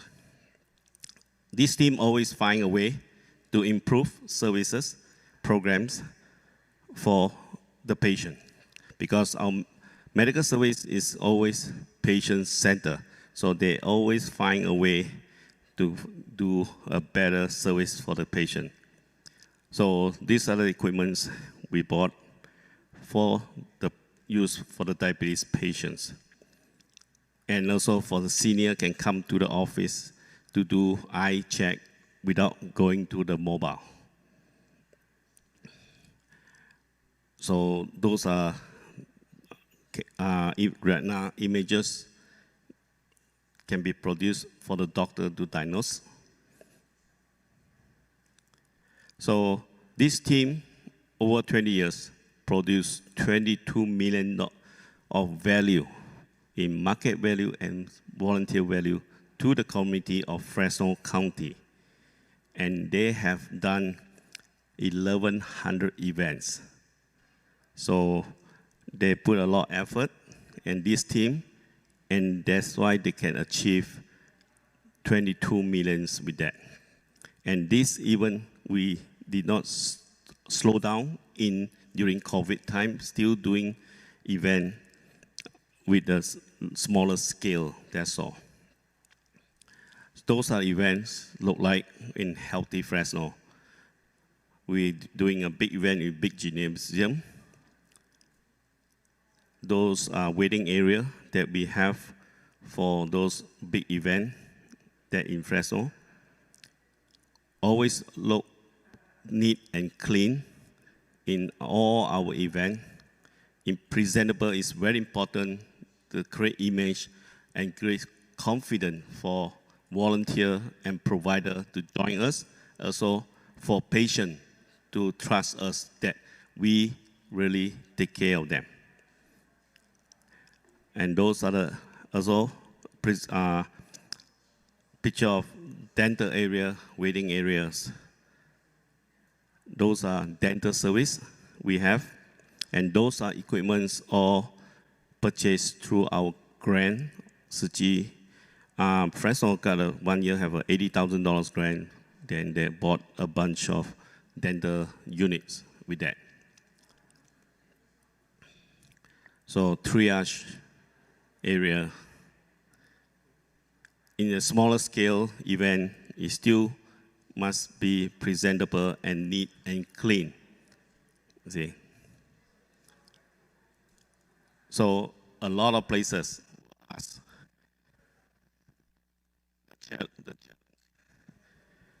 The challenge that to do outreach is I don't have equipment, I don't have patience, I have no volunteer and no location. Those are very, very common, especially people want to do outreach, or even some been doing 10 years of outreach, still ask the same questions. And that's a reason why they're still asking these questions, because that's in between, that's where you manage and how you sustain your provider is the key of your success of your program. Like I always say, you always like to have provider looking for event instead of event looking for provider. So you can ask yourself, is your outreach or your medical program in your local chapter, does it every time you look for you have an event, then you start looking for provider? Or you have a provider stand by, when you have an event, they all sign up themselves. So ask yourself which you belong to, okay? So, no equipment. Same thing happened to us. In early days, we have no equipment, nothing. We have nothing, but we have commitment. We have to drive to LA every month for 2 years to borrow 3 dental chairs. Just now, when you see the dental chair that we have, you say, wow, but you never thought the beginning time, we have 0. But we still had to go LA, drive one time, go pick up and 8 hours, finish the event, go back 8 hours round trip to drop it back to LA. That continued for 2 years. That's bring where we are now. If your office is only 1 hour away from the headquarters, and you still say it's too far, we have a problem here. Okay, so it's a mindset. Okay, it's a mindset. So it's a determining of whether you want to serve the patient or not. The key is medical service is a patient-centered service. Everything we do is for patients. Okay. So team mindset. You belong to the growth mindset or the fixed mindset? And the team of Fresno is always on the growth mindset and always willing to learn and accept change. Just like I say, when they have time for the TIMA conventions 2018 USA, Fresno that time, Sichen and commission, there are no more than 15 people that hosted a national event. The commitment. And the reason they do it is because the mindset of it's our responsibility. Okay? So growth mindset, fixed mindset. If someone not aware of what is the difference of that, this is a summary of this. Growth mindset people, in terms of skill, come from hard work, can always improve. Fixed mindset people will say something you are born with is fixed, cannot be changed. Okay? When it comes to challenge, should be embraced and an opportunity to grow and more persistent. For fixed mindset person, something to avoid could reveal lack of skill, tends to give up easy. So they always find the easy way, say no. Okay? For obstacle they face, persist in the face of setback. Okay? For fixed mindset, they will give up. Okay? Then essential for effort and the path of mastery is challenge yourself for the growth mindset. Say, I'll master the skill.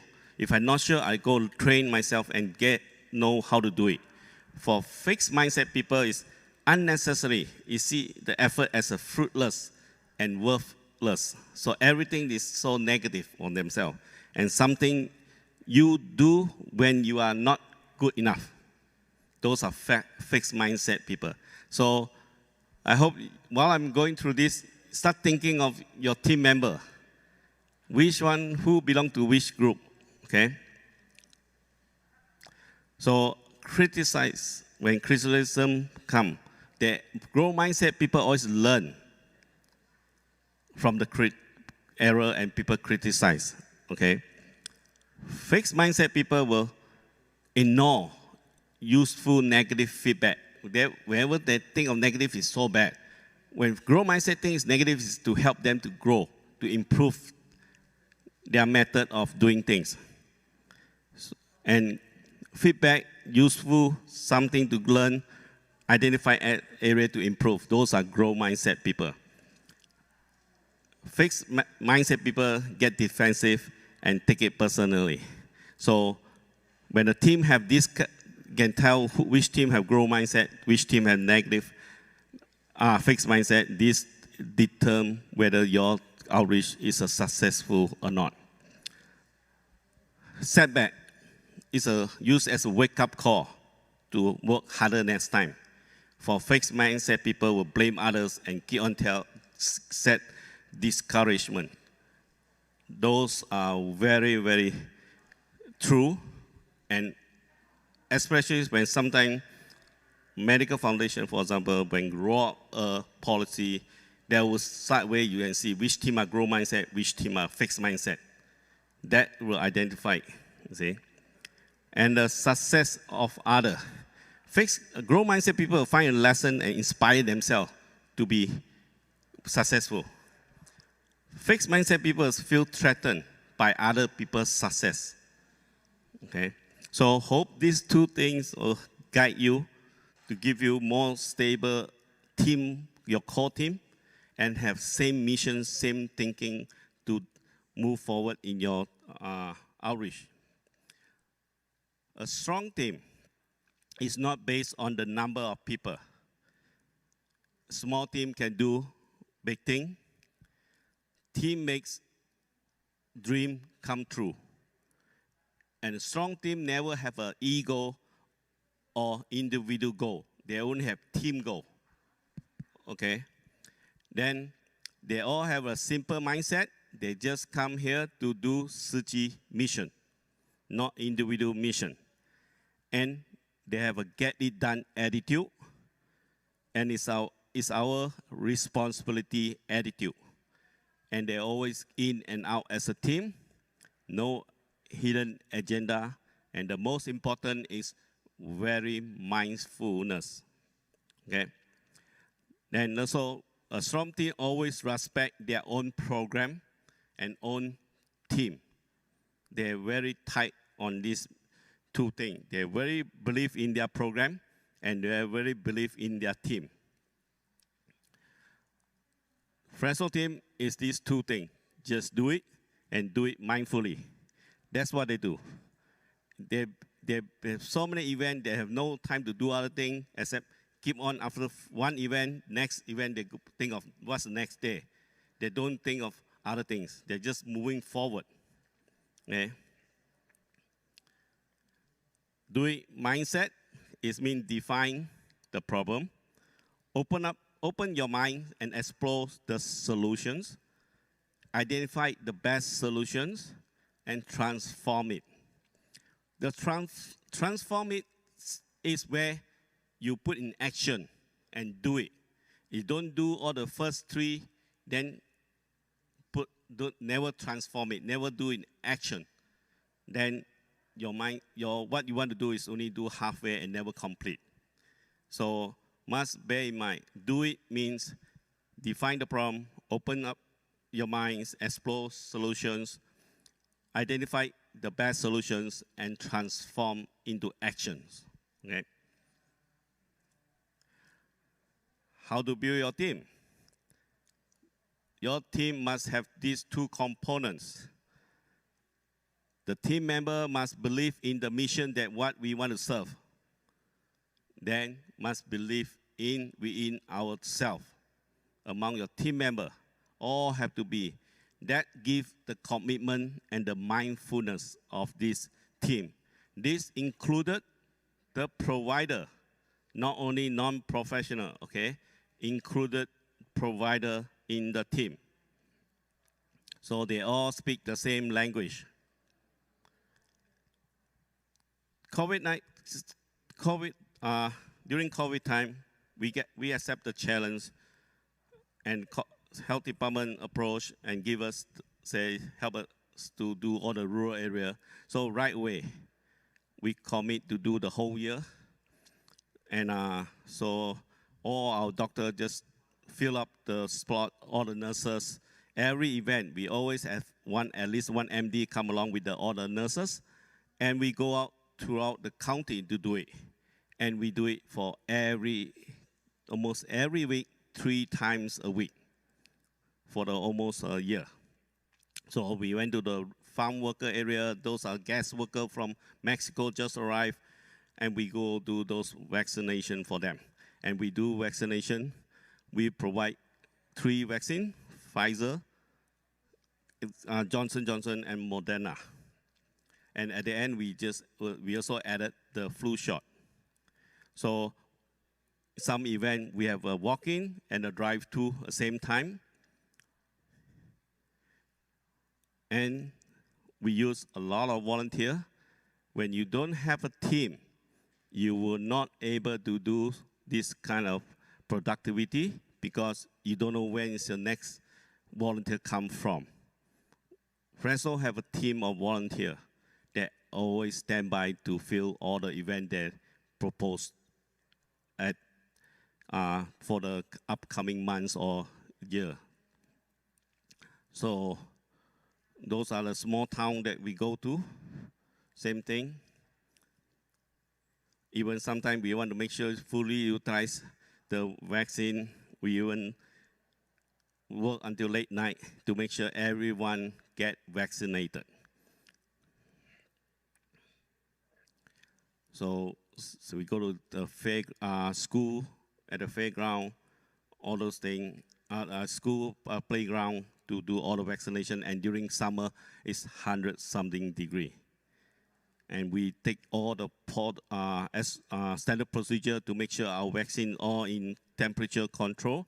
So we have multiple way of sustain the temperature to keep the temperature vaccine at the range, that safe range. Another thing is the difference is this team in Fresno are doing program. They are not doing event. A lot of places still doing event. They don't do event, they're doing program. In the program, there's a lot of event. That's the difference of these two. Event, only you do it one day, end of the day, close the book, I'm done. Program is continue care with multiple events underneath that program, okay?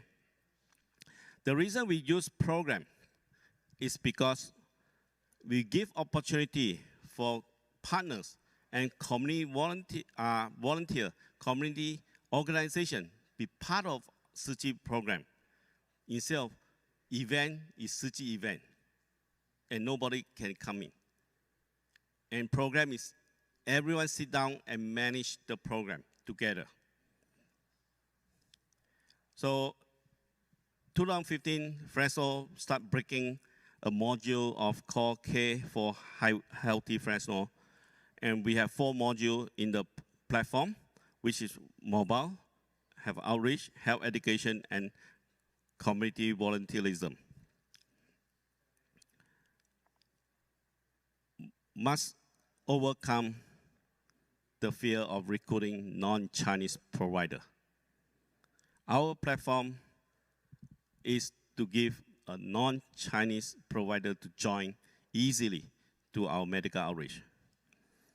Opportunity to work with the local community partners to build a brand name in the community, build a strong local medical team. When they say strong local medical team, is not only TIMA doctors, we also have community partners doctors inside our team. Just like sometimes our own doctors of TIMA are not available in some events, we will reach out to the community partners for their doctors, and they come to help us. And also a strong local volunteers, and provide quality care for the patient. Under this platform, we want to be sustainability. So what happens, we're able to increase, by having this platform, we're able to increase our grant allocation money from partners to us.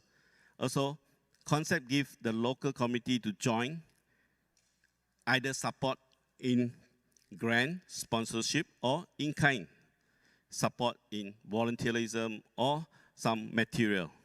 Besides, because Tzu Chi meet their organization mission, which is serving the community.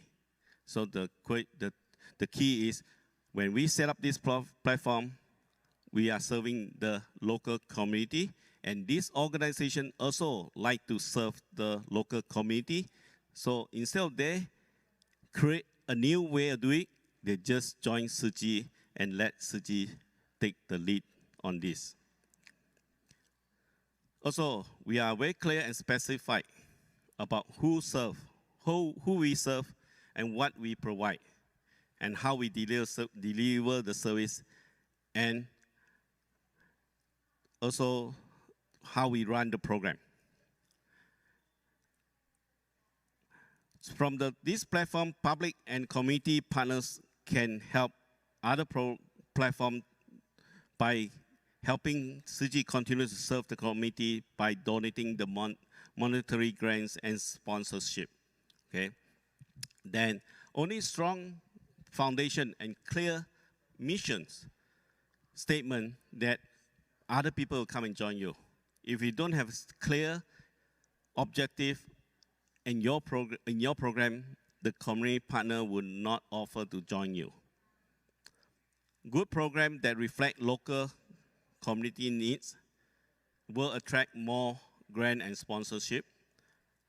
And we only create program based on the local need and the community need, not you or I decide what we feel like want to do.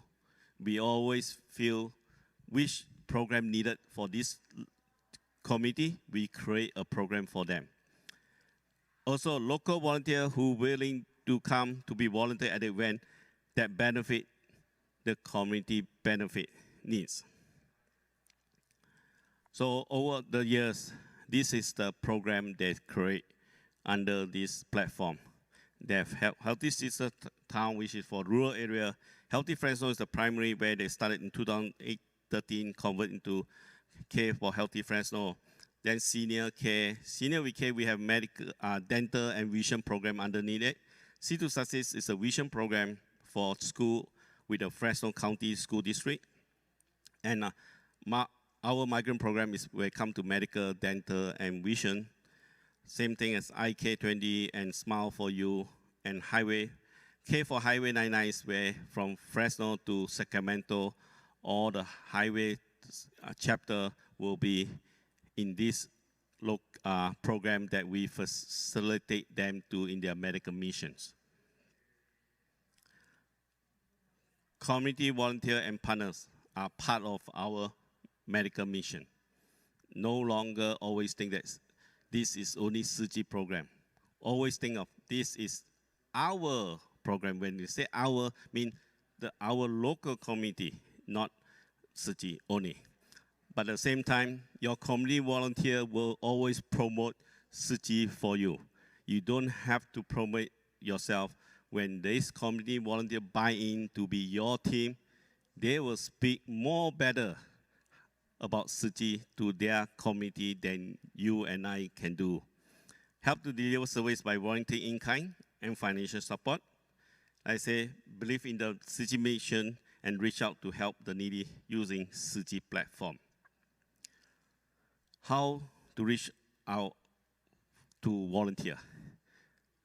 Do not beg or spoil people to volunteer as provider or non-provider. People naturally join us because they respect towards the program and the mission.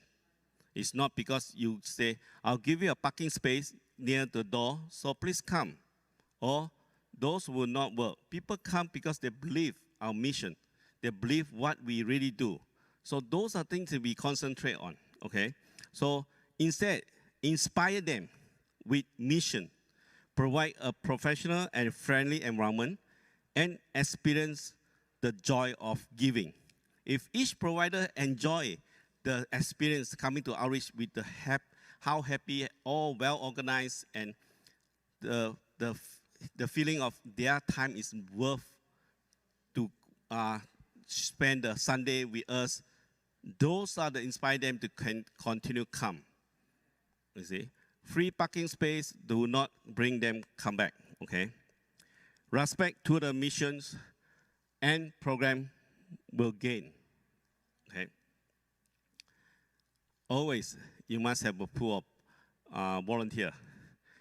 A lot of people say, I don't have volunteer. You must know how to manage volunteer. Because outreach always come with core team, where the die heart of your soul. If a person say you're core team, but don't show up in your meeting, those are not your core team. Please don't don't lie to yourself that you have a core team. You do not have a core team. Okay? Then you have a hardcore team. Hardcore team is a committed volunteer to medical missions. It also come from your CG volunteers and TIMA volunteer, either them, and also can be community volunteer who join TIMA. You see. Then you have a happy team. Happy team is from people from CG, community volunteer, who just want to come volunteer for that day, and I don't want to know anything. You just come and tell me what to do, I'll do it. So you must have also a pool of people like that to always move in the event, okay? Then you have a standby team. Standby team is when you really don't have volunteer, then you reach out your standby team to fill up all the gap. Standby team is who usually come from, also from some senior volunteer, that because of age, all those things, but they're willing to help if you really don't have people. Or your husband and wife, they're not in city, but you really don't have people, you ask them, can you help? Or your children. Those are standby team that you know can be count on to help if you're not enough people. So you must understand your pool of people in your team, okay? So this is what Friends of Community volunteer base is. They all come all walks of life. Early morning they come, like this picture. They show up at 5 o'clock, I think, yeah, for the event. These are not patients. These are volunteer. They're all volunteer. You see this lady in front? These are community volunteer. They're wearing holding a white paper in there. All our volunteer must fill a TIMA form. So we have the record of who this person is, and also sign agreement of confidential agreement and waiver. This form is where they submit on the day if they didn't sign it ahead of time. Some send it to us, like even this lady also holding a piece of paper, this lady holding a piece of paper. These are standard protocol to protect Tzu. We all require that. You see, all these paper now on this table, they all sign their consent on the day, if those are volunteer from community, but they still submit their TIMA form, or some already have submitted the TIMA form. So community volunteer and partners are part of our medical mission. I say promote Tzu service and volunteer financial, all these things. I think I doubled on these slides. Part of the platform sustainability is our grantor and sponsorship. No money, we cannot do work. So we need to find people sponsor the event. Those are some of these sponsor this Fresno team. You see, even school district are part of the sponsor, financial sponsor for this Fresno team. Attract funding with a program are much easier than attract funding by event. By program, the funding will able to understand, oh, their money is to a long run program and support grow local medical mission. Grant only given when they are well organized program that will attract. Community aware, Tzu is a non-profit organization, and need to raise money to operate an event. So they usually will offer the money to help you overcome your cost of the operation for each outreach event. For example, Fresno Health Department last month approached Fresno team to join their rural health plan for the 2 years plan. And they want us to help on the vision. We currently only can help them 1 day. The goal is we want to help them 2 days, but currently we only can help them 1 day because the other 2 days we already commit to other program and we cannot find any available optometrists for the second days. So they have requests based on 1 day event, they request us to support them 114 event. And will for 2 years and will support financially almost $400,000 for this 114 event. So that reduced the pressure of Fresno to look for how to fund their 114 event. And also second, if Fresno do not have a system of their pool of volunteer, they will not dare to promise to the health department, say, I'll do it for you 114 event, when turn around, where's my volunteer? They able to do it because they know they have volunteer and team will fulfill those things. So those are things why I earlier mentioned, you as a medical team leader or team leader need to look at the outreach, your team, where you stand, okay? With this platform, since 2014, with 2015 we started. 2014, first 10 years, we very barely get some money to help out. When it comes to with the platform and program, the number changed so much. The last 7 years, grow 417% in financially support from local. Even one program itself is really over $1 million. And that program help to carry other program along double the same money. 1.2 million for one vision program. Total program for same period of time is 2.4. So other program like dental, medical, also get money on their program. So that's the reason why we encourage all the team go do program, don't do event. Fresno also do information sharing and also training, help other team to grow, shorten their time and to start up the medical mission. If they a brand new want to do, they can ask to help and we help them. They will shorten all the times, the mistake they need to go through, because with 1,000 over event in the belt in Fresno team, they've been through a lot of error and try. So they are well experienced what need to be done.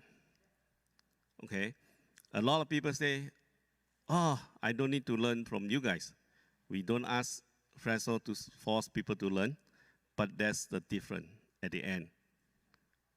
Okay, so the measure is there. Change the new mindset. If the mindset not change, you never grow. Change focus on program, not event. And the volunteer and core team, Fresno always try to help in team building, in training, how to do team building, okay? So we do annually, sometimes because too busy, sometimes we do twice, 2 years, after every 2 years, or we give this kind of training, all the team come and talk, all the do the analysis program, understand all those methods, all those things, and also do some hands-on training materials and how to set up all those things. Eventually, it's trained to be efficient.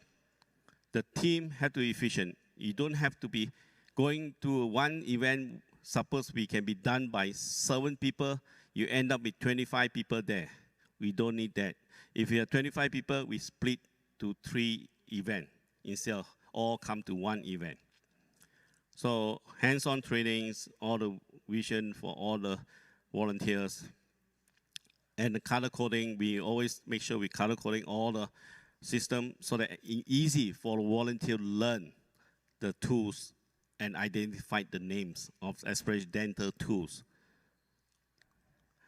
So same thing, orientation is important, but we also simplify as much as possible. Some of the protocol can be trained on the same day of the outreach. So we duplicate our program. We duplicate our program to other TIMA office like New York, Las Vegas, now extended to Central Valley, which is from Sacramento, Modesto to Sacramento under those K for Highway 99 program. And we provide turnkey of vision program for chapter that like to provide vision service. And we provide support in terms of SOP, know-how, help, and also help to purchase the right equipment for the program. During training, we plant the seed. We spray the seed of training, deliver same message, same mission, and continue training. Just like New York, we've been there for at least 6 to 7 years. And next week, we will go to New Jersey for the first time to do training. And simplified method to do things and standardize all the procedure and common mindset. So that every volunteer, you either from California go to New York to do outreach, join them to outreach, the mindset should be same. Just like you go to any big box wholesale store, Target, Walmart, every time left-hand side is a pharmacist, your Starbucks will be on the right-hand side. They're always the same, okay? So change mindset need to be patient-centered. That's our key value of it. And like Keon never stop saying it's create program, not event. Mindfulness and commitment will develop a good program. Teamwork and commitment to do the team and the mission. And let action prove your commitment. And talk is cheap, okay? And always dream big. Always dream big. What dream big? People dream big because the team move forward when there is a hope. A team stay put when there is a doubt. If a team no confidence with their leader, they know they're not going to move. They're not going to move. Okay? So our goal for each time have to be realistic, simple, and achievable, and benefit to the community. Okay? Then your dream big will come reality. Okay? Benefit of strong team that your team achieve is unity. When you have unity, you have achieved impossible goal. You can achieve impossible goal. When we used to do 15 to 17 outreach per year, now we do 130 to 150 minimum. If we never believe our goal impossible, we never can think of we can do 100 over event. So everything can be possible if your team unity. And more joyful and friendly environment when you have unity team in your office. Enjoy the team mission and program. The platform for other people to join. Capable to help more people with quality care. Attracting funding to run your own program. Each team member always mindful with the during the missions. And the effective outcome and the smooth operation in your outreach. That show the team have unity. Okay? Master say, when you walk and you leave a footprint. When you witness, you register in your memory. When you participate, you bring the joy. So every outreach is a joy for all the members in Fresno, include our provider. That's why they keep on coming back and coming back. That help us to achieve more than 100 over events per year. And sometimes we can do as much as 7 days per week event. Grab any opportunity to serve. Like Master say, treat patients like your family. You will find a way to serve them if you continue to be mindful about them. That's the reason why Master say, treat patients like your family. Okay? So in conclusion, a team with the plan and the ability to execute them, the plan accordingly will able to serve the community needs. Community partner also will support Tzu Chi mission accordingly with grant, sponsorship, or in-kind donation. And team must have a strong teamwork, clear mindset, and also simple mindset. Simple mindset is very easy to say, but it's very hard to do. Keep it simple. You come to Tzu Chi is to volunteer and serve. So I'm open for questions, and I'm not sure, Andrea, do you have any question from the attendee from the Zoom? Yes, we do have some questions. The first question asks, what kind of internship projects you had with the Tzu Chi Science and Technology University students? Okay, that project is we signed MOU. They send the student here to learn. Besides the mobile clinic operation, the key is to learn also how to build a teamwork and mindset, because their faculty, both university faculty for that two university came to use to US that time to attend the John Hopkins critical thinking classes for 1 month. So happened they come back after the class, they went to California and dropped by Fresno. They saw what Fresno do. That's what they learned for the whole month. And so they decide right away, they want to sign MOU with Medical Foundation to send their student to learn. So when the student come here, learn, we do have project for them.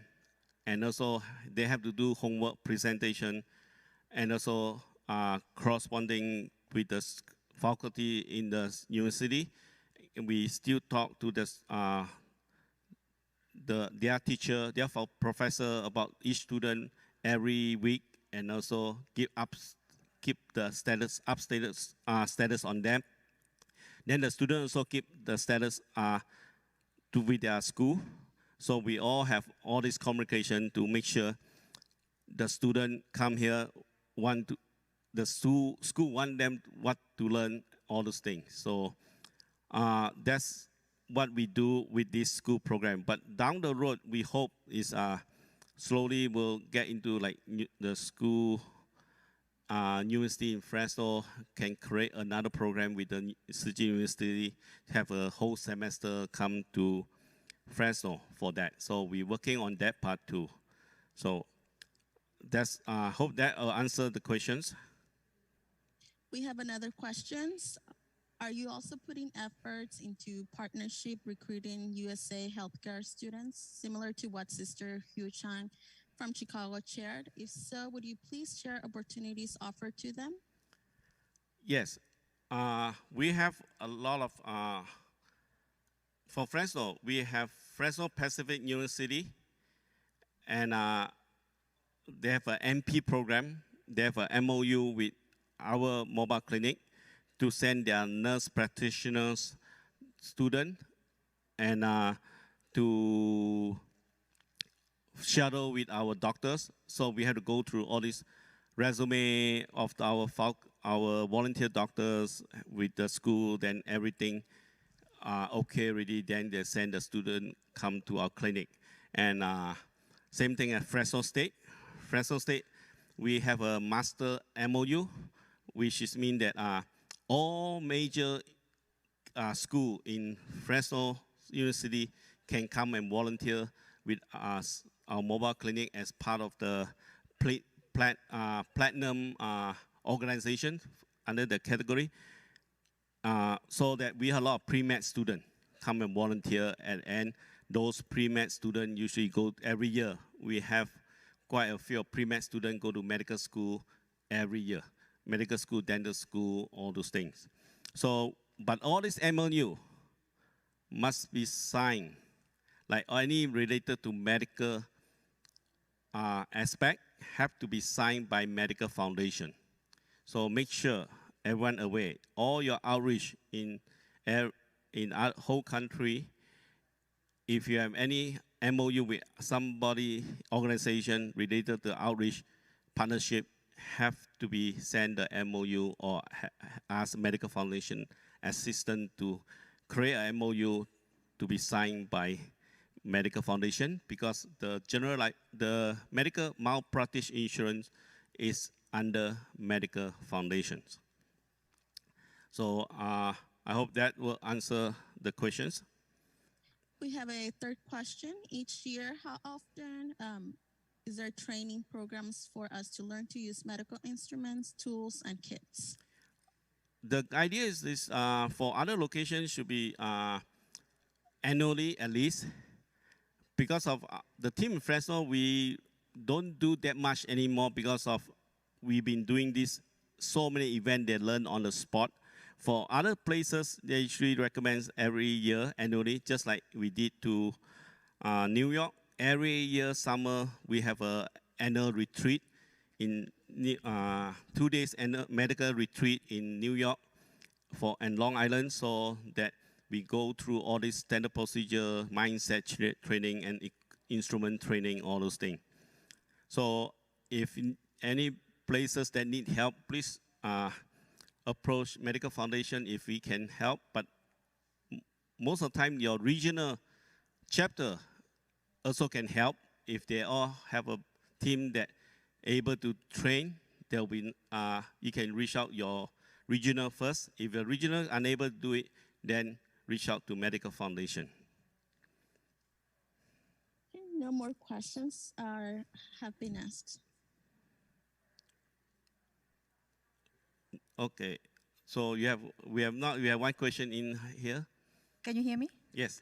Yeah, I'm wondering what kind of programs you set up with the Calviva Health. Calviva is a centrally it's under HealthNet, but it's a Central Valley medical program, medical program for Central Valley. They control 70% of the Fresno County. So Calviva originally is still parent company is HealthNet. We have partnership with HealthNet before, then slowly moved to Calviva. Calviva help in the program like Seed to Success program, the Vision program. They annually give us a grant for that. Before that, HealthNet also give us grant through outreach. So their support in that, and if any partnership network that we need to reach out, some school that we're not sure who the person is, usually HealthNet person know the school well, they usually connect us with them. So that will give us the bridge right way to the superintendent's office without knocking the door everywhere. Like you go in there for eye exam only, right? The vision care, no other quality measure, just only for eye. We have eye vision, dental, everything. The vision program we have is we provide, go to school do the program screen. We go to full exam for the failed student, and then after that, if they need glasses, we provide glasses for them. We make glasses on the spot. Yeah. That is very successful programs with the Calviva. Pardon? Is it successful, the program? Oh, yeah. We have a very successful program. We have under C to Success. We have 32 school districts in Fresno County. We already signed up 18 school districts. The 18 school districts cover 70% of the schools in Fresno County. And now we also add up Fresno County Superintendent Office, which is outside of this C to Success program for migrant summer school program, which they control all the outskirts of the Fresno school district. So we add those things on top of the other program. So we call IK20 program for those rural areas. Then the Fresno County school system will call C to Success. Yeah. Are you going to expand the more programs, because right now the state is required the medical programs to be more like a quality focus also? That's what I just explained is we expand that under the rural health by health department requests us to do it. So saying we don't charge Medicare, so they fund us with the money. We expand because health department of Fresno County introduced this rural health initiative. Other mobile that have medical school, nursing school, they go out do screening on it, but they don't want to be provider, want us to be provider for those medical services. They want them to refer to the FQAC on the rural area. But when it comes to dental, medical, they want us to be straight provider because nobody do that. And there's a lot of places, not a lot of people have vision service. That's why when CG do vision service, we are in advantage position. So, and last week, we also reached out by another school district in rural area to help out on the dental service. So we're going to do a screening with them. Then after that, the dental mobile will go there to do all the treatments. And those expenses will be paid by the school district. Thank you. Thank you. And any more question, Adriana? I believe Brother Joe Cheng had his hand raised. Okay. Who? I cannot see. Who have hand raised? Brother Joe Cheng. Or Joe Cheng. Or Joe, can you speak up, Joe? Can Joe speak in that? Someone? I cannot hear Joe's question, or can you Joe type? I didn't see Joe. Hello. Oh, hi. Steve. Brother Joe, You talk yes. to me? I'm sorry. This is Joe from New York. Yeah, I can speak louder a bit. Yes. What was the question? I'm sorry.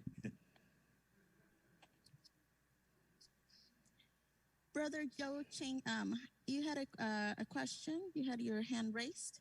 Oh, no, I'm sorry. No, I don't have a question. Sorry. Okay. No problem. Presentation is very good. I'm glad to hear it. No, okay, no problem. So my time's almost there. I think 5 more minutes, but I just want to summarize. What we share is what we go through in Fresno, the reality to build a team. We don't waste time. We just do save as much time to complete and grow. We don't want to go running circle and circle and circle. So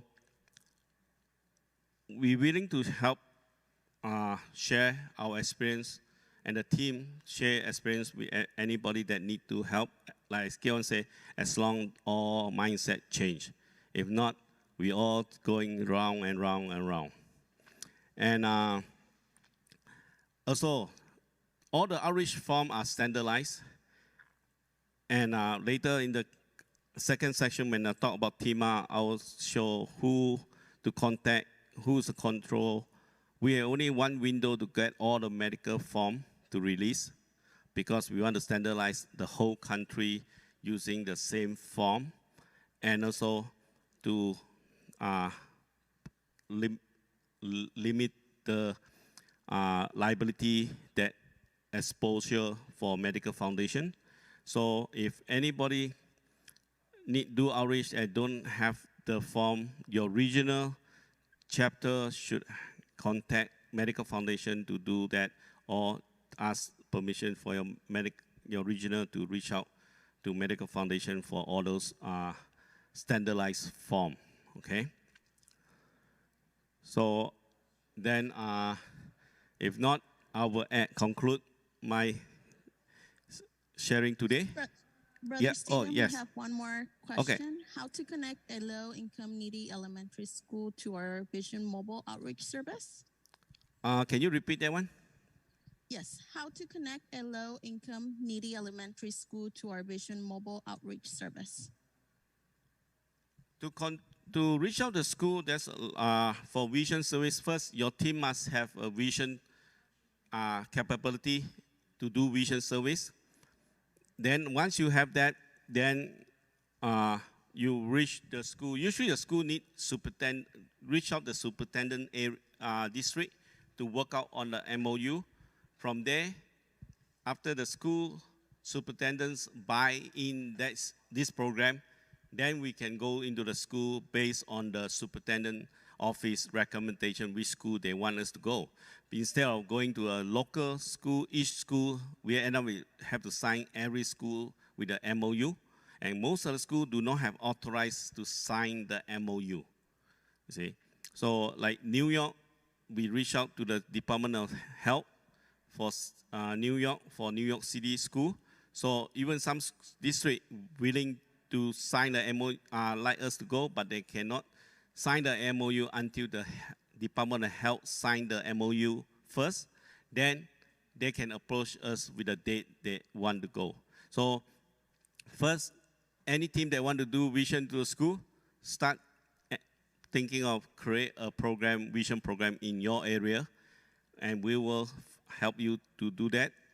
And from there, then step by step going in. Same thing as Las Vegas. We are going to work on the school district this fall for next year school year. Once the Vision Mobile arrive end of the year. Okay. Any more questions? There's no more questions, Brother Stephen. Thank you so much. Thank you, and have a nice day. I'll see you in probably another 10 minutes for next class. Okay. Thank you.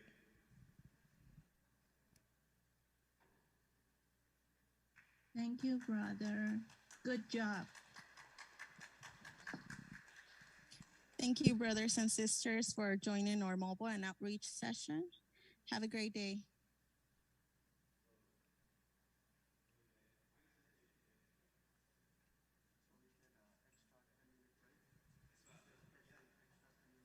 Thank you so much, Brother Stephen, for the excellent sharing about mobile clinic and outreach. We have learned so much. So right now we will have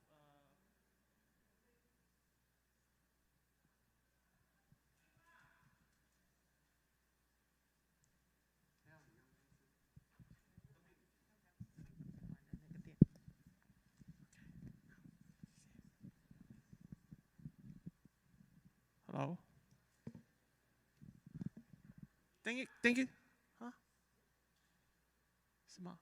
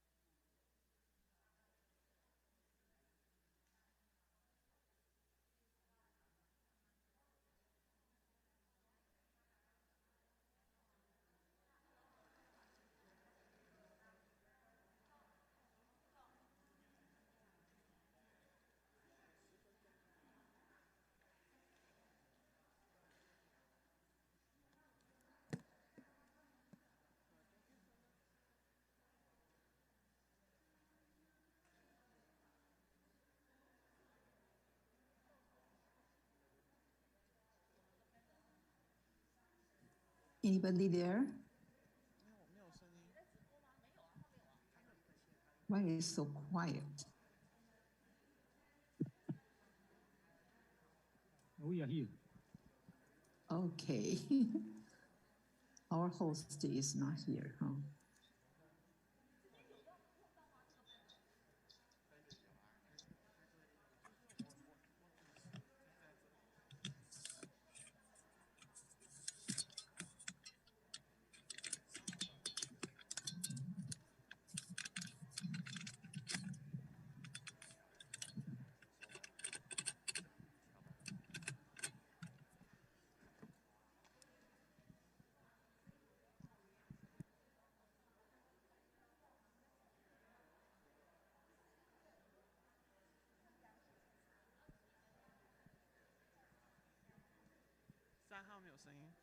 Hello? Yes, we are waiting for you. Hello? Welcome back, Hello, everyone, we are waiting to for our you. main room. So right now we are going to have a 5-minute break. So please come back to our Zoom after 5 minutes. 欢迎大家从各自的分组讨论回来。我们现在将会有5分钟的身心宽畅，请您在5分钟过后回到线上。好，感恩大家。Okay, thank you. 你是回到线上呢，还是回到这个论？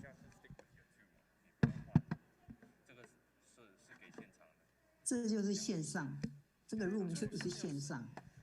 但是现在身心宽畅5分钟。哦好，反正。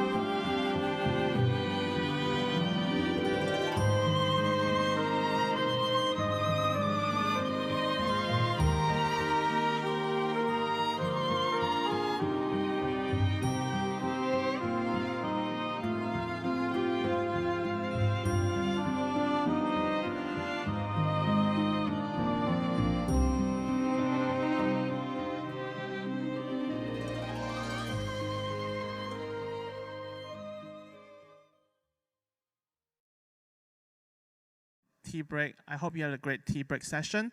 So our next class will be TIMA and its function in outreach. So our speaker today will be Brother Stephen Woon. He's the Executive Vice President of Buddhist Tzu Chi Medical Foundation.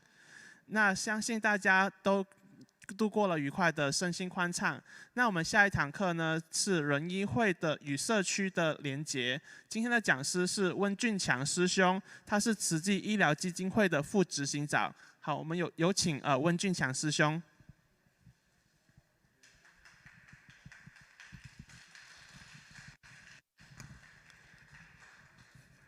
Hi, good morning, everybody.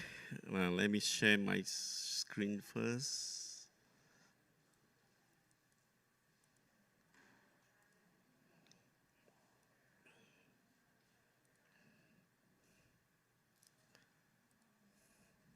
Okay, so today's TIMA convention, so we're going to talk about TIMA and outreach.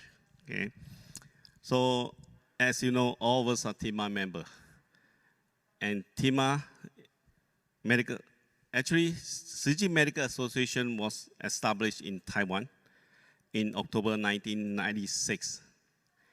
And Tzu Chi International Medical Association, which is TIMA, was named by our Master Chen Yan in October 1998. And TIMA USA start forming after 2 years, which they have a first meeting in 98 in Hawaii, the second time in 1999, then they form TIMA, USA. So, hold on 1 second. So currently, TIMA consists of two main group. One is called Zhao Jiren, or professional leader, which is the medical director, which is Dr. William K. And the other one is Zhong Ganshi, or administrator for non-professional work, clinical professional work is myself for the TIMA USA. And currently we have about 22 TIMA chapters in US. The role is to support local outreach, international outreach, mobile clinic, health education, and services. And even in mobile clinic, all the volunteer force primarily from TIMA support, especially in Fresno Mobile Clinic, all their members are TIMA members who help to run the mobile clinic over there. And it's a human force for the medical outreach for Tzu Chi. And a TIMA member may not a Tzu Chi volunteer, but Tzu Chi volunteer can be TIMA. That means TIMA is an independent association. You don't have to be Tzu Chi member to be joined, but if you are Tzu Chi member, you can be joined TIMA. That means you are two volunteer. You are Tzu Chi volunteer and a TIMA volunteer. So must understand this clearly so that when you run an operation outreach, you have a better, clear, the old chart look like. TIMA consists of medical professional, licensed professional, which is come from our own Tzu Chi volunteers. Some are doctors, they join TIMA, or community volunteer. Let's say Kaiser, for example, in France, or sometimes they are working Kaiser, but they also a TIMA member for Fresno chapter. And also some community partners, that means some agency, like I just say Kaiser organization, they are providers. And the TIMA polo shirts, usually the one you see the white wearing shirts are meant to be licensed professional to wear that polo shirts to identify their provider. Non-clinical professional, are usually general volunteer. I also come from Tzu Chi volunteer, college student that may not be a Tzu Chi volunteer, or community volunteer also may not be a Tzu Chi volunteer, but later they may be a Tzu Chi volunteer after they get into the door of TIMA. We recommend, because of every chapter have a medical team lead, we also recommend them to be a TIMA leader so that they all don't have to be 2% in the one chapter, make the work easy and understand and operation-wise. So work with the local TIMA leaders. Regional leaders usually work with the TIMA leader in each chapter for the outreach and health education. Most of the time, TIMA involved with site outreach, they do a lot of health education, seminar, and also some prevention care. And also the regional leaders should support and train, follow all the compliance set by TIMA USA and Medical Foundation. Each region has their own medical and dental unit and manage the supply inventory to support the local chapter. So this regional chapter should have all this equipment to support their own region.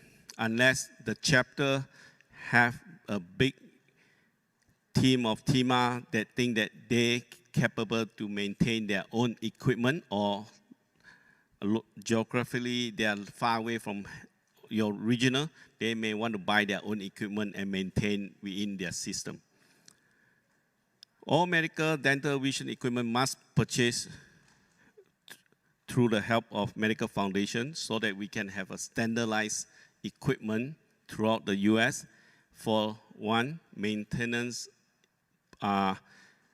easy to maintain, and also for the pricing is much better when we buy through Medical Foundation because we purchase more of this equipment and we get a price break for that. And also to reduce the liability of all outreach must follow the TIMA USA SOP. We have SOP, the regional should have one. If not, they can ask TIMA USA to give them a SOP to follow. Medical Foundation role in outreach. We provide guidance, forms, EHR support, an SOP and a training to the TIMA USA. That means that TIMA USA can have a meeting, training for all their regional TIMA. Let's say, invite all the TIMA regional to join the team, then Medical Foundation can have a training for them. TIMA USA will support regional TIMA like HQ region, Northeast, Northwest, Mid-Atlanta, Central, Great Washington, D.C., and Midwest and Southern and Pacific Islands. Each region, TIMA, will facilitate equipment support training to local. That means that every local TIMA will request help from their own region first before reach the TIMA USA for help. Each regional TIMA should control their own inventory equipment to support their local chapter. Medical Foundation will facilitate all the purchase, like I mentioned before. Medical Foundation also role in outreach is credential all TIMA provider must fill TIMA form. Non-critical professional volunteer also must fill TIMA applications. Budget for all purchase equipment and must come from Tzu Chi regional estimate budget for their medical missions. Medical Foundation also facilitate TIMA USA to apply grant for local TIMA chapter to support the outreach. And MOU of all medical related issue or outreach must be signed by Medical Foundation because the malpractice holder for this liability are Medical Foundation. All outreach forms come from Medical Foundation for whole US. So if some chapter been doing outreach and create their own form. I recommend them start change towards to TIMA USA standardized outreach form. And also, for all our mobile outreach are under Medical Foundation, and the budget are under Medical Foundation. Credential by Medical Foundation are to protect the Medical Foundation. We will try minimize all the requirement. Documentation that required to do this credential, just a volunteer application, picture ID such as driver license, and their professional state license. If you're in California, you're in Nevada, then COVID-19 vaccination record, and a privilege form show that what you like to perform in the outreach, then we will authorize whether you're allowed to perform in the outreach. For example, if I'm a surgeon, you will say, oh, in my privilege form, I like to do some surgery, minor surgery in outreach. You request that, but most likely you will get rejected in the form, say you're not allowed to do it, that's it. But these are very common for all the medical professions. In all the work, is a simple 5 items. Other items include board of certification, those are bonus. For example, if you want to write a scheduled drug prescription, then we need your DEA certificate if we allow you to write the scheduled drug. So if you're not planning to write a scheduled drug prescription, then you don't need to give it to us, and you're not allowed to write a scheduled drug prescription. So those are applicable. That means that you don't have to if you don't want to submit. So only these 5 items. And the key is how, it's very common for a professional to accept this item. So we've been rolled this for last 2 months or plus. Most of the region really submit a lot of credentials in already. And there's a pool of doctors get ready to go. If other regions that are not familiar with this, and let's say next month you have outreach, you may want to start submitting your provider by now to get ready all the information. Actually, it takes very fast, half hour you can get all this thing done. But some people might be busy, they may end up in 2-3 days to submit. And all you have to do as a non-professional, just tell the provider, you volunteer, we need to get credential check, and this is the item we need. That's about it. We don't need to explain why we have to do it, so that best all the providers understand this is the standard procedure. And you haven't seen some of the mobile eventually. All the mobile we go into school, we will have background check and fingerprint on all volunteer and provider. So this is just outreach, okay? So when it comes to TIMA, we also very strong. All the volunteers need to protect the HIPAA compliance.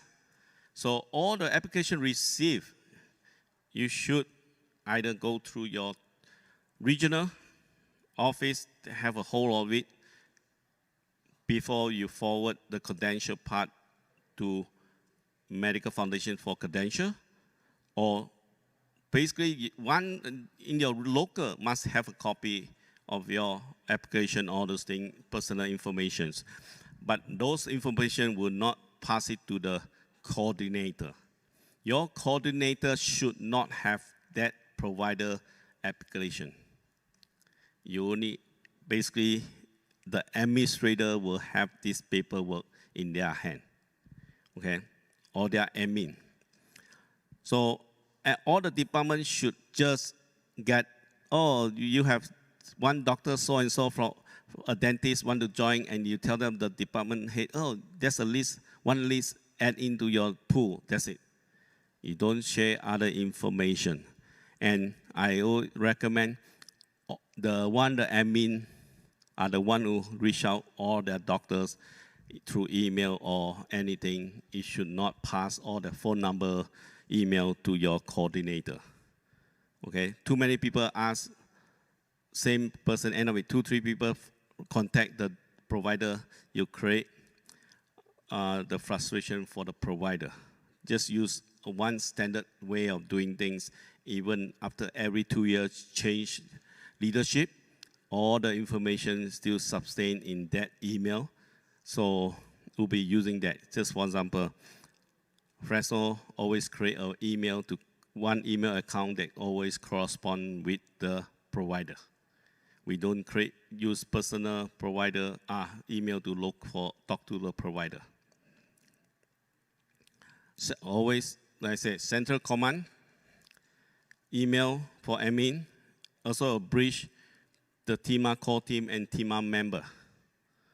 Okay, maintain one communication email instead of multiple in different messages.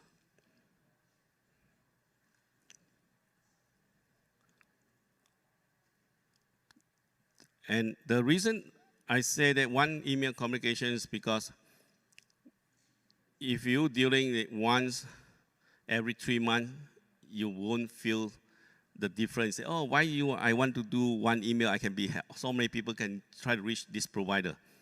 When you have a team doing 100 over event, you don't need to do that multiple email. You need one message out only.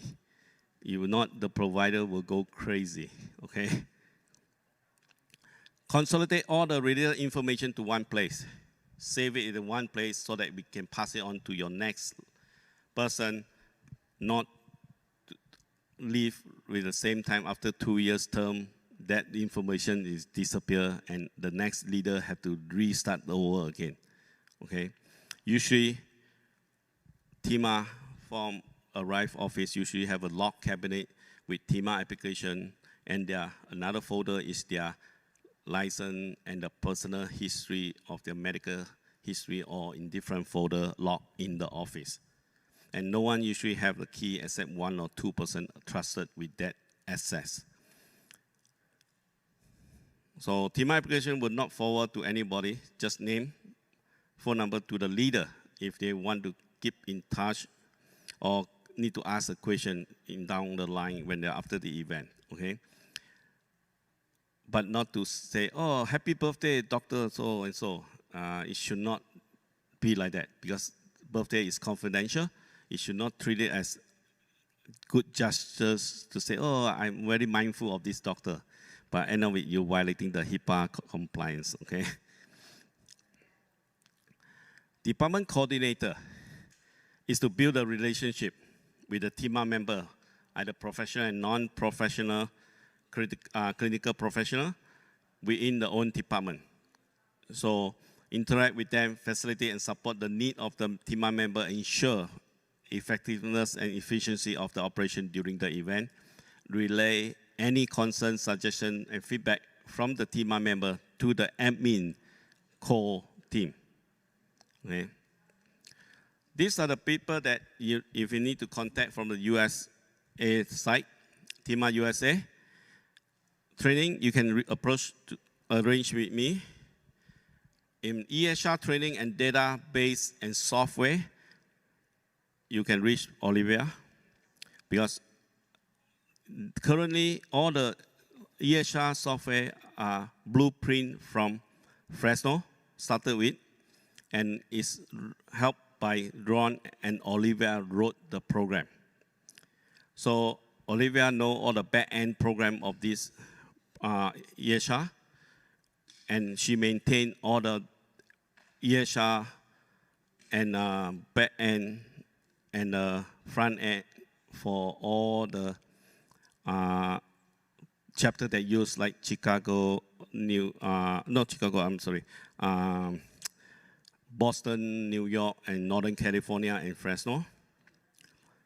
We will consolidate slowly all this to be standardized, included LA down the line.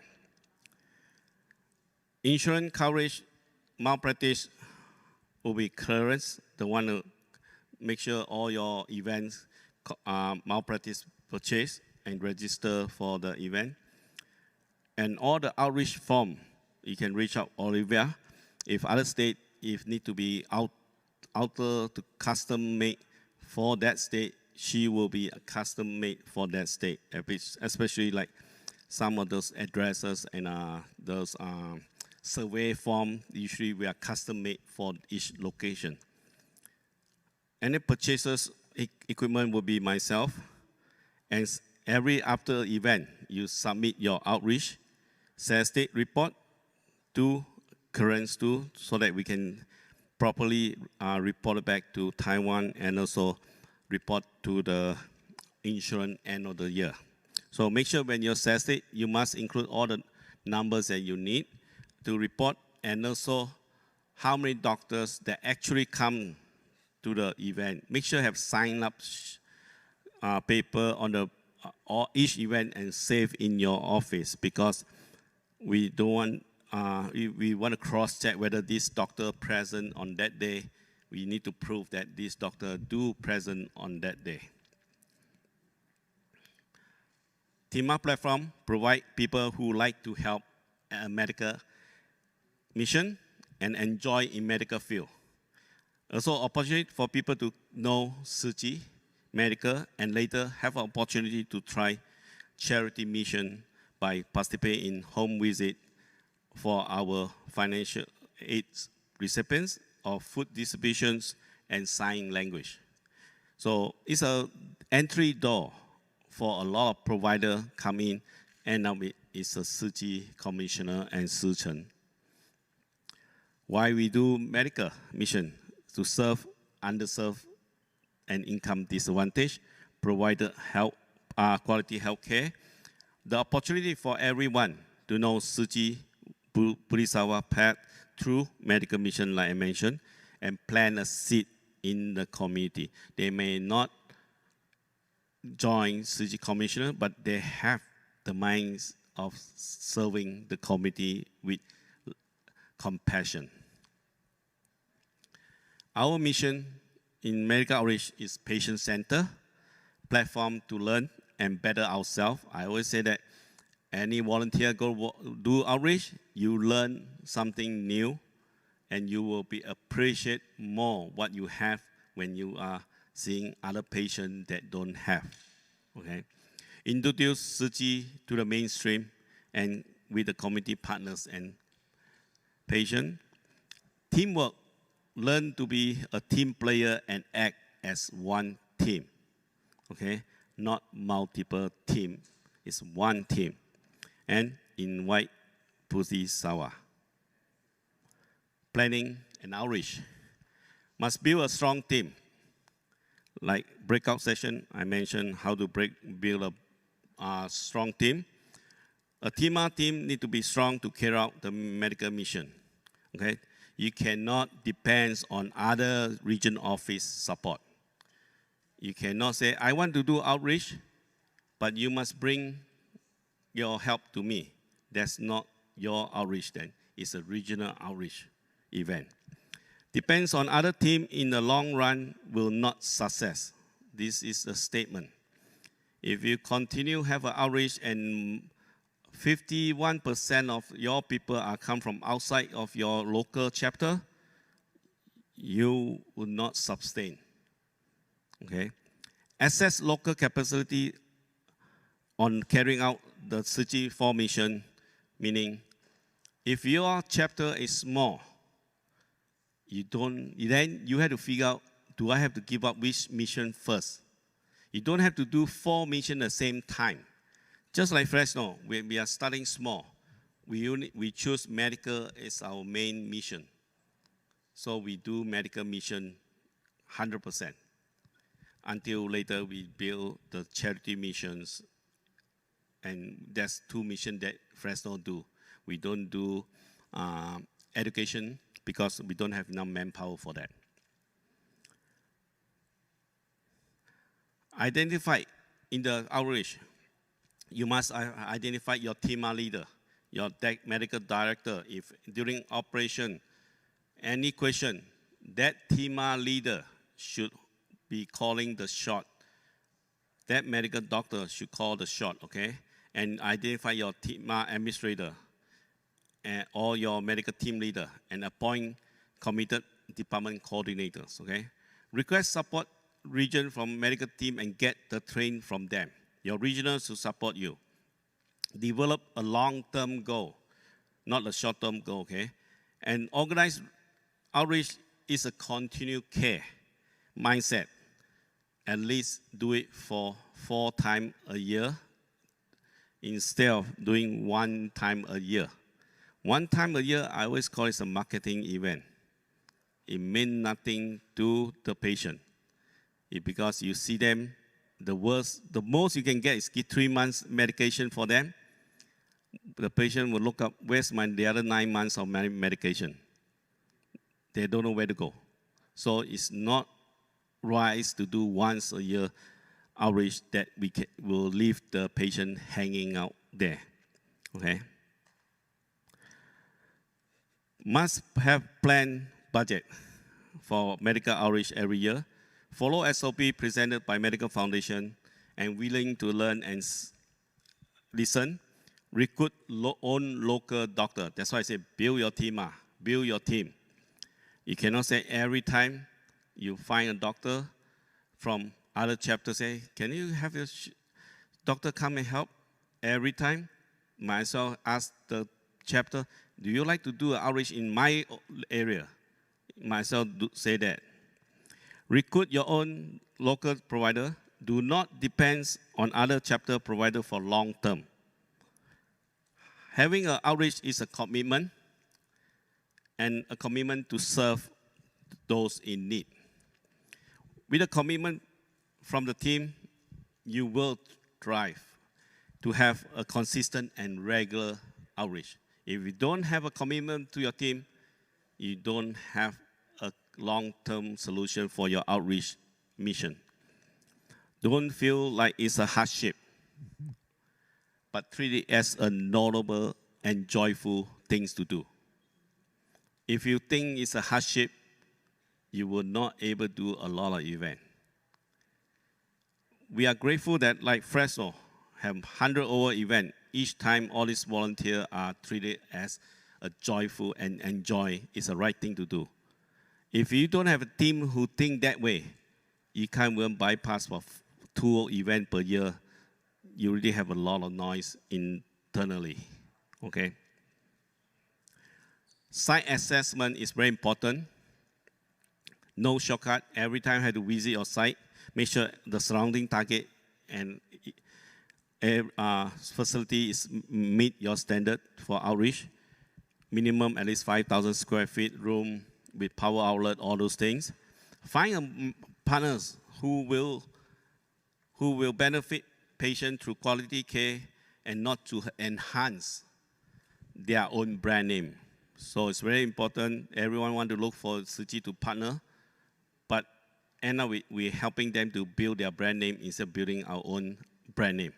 Okay, it's a mutual agreement to help each other, but not to tilt one side. All providers must have valid local state license where the outreach will be held. There's no exceptional. If this person from our state come to California, want to help, they cannot touch a patient. Okay, you are protecting Tzu Chi for that. Then must have a wisdom mindset, then compassion mindset.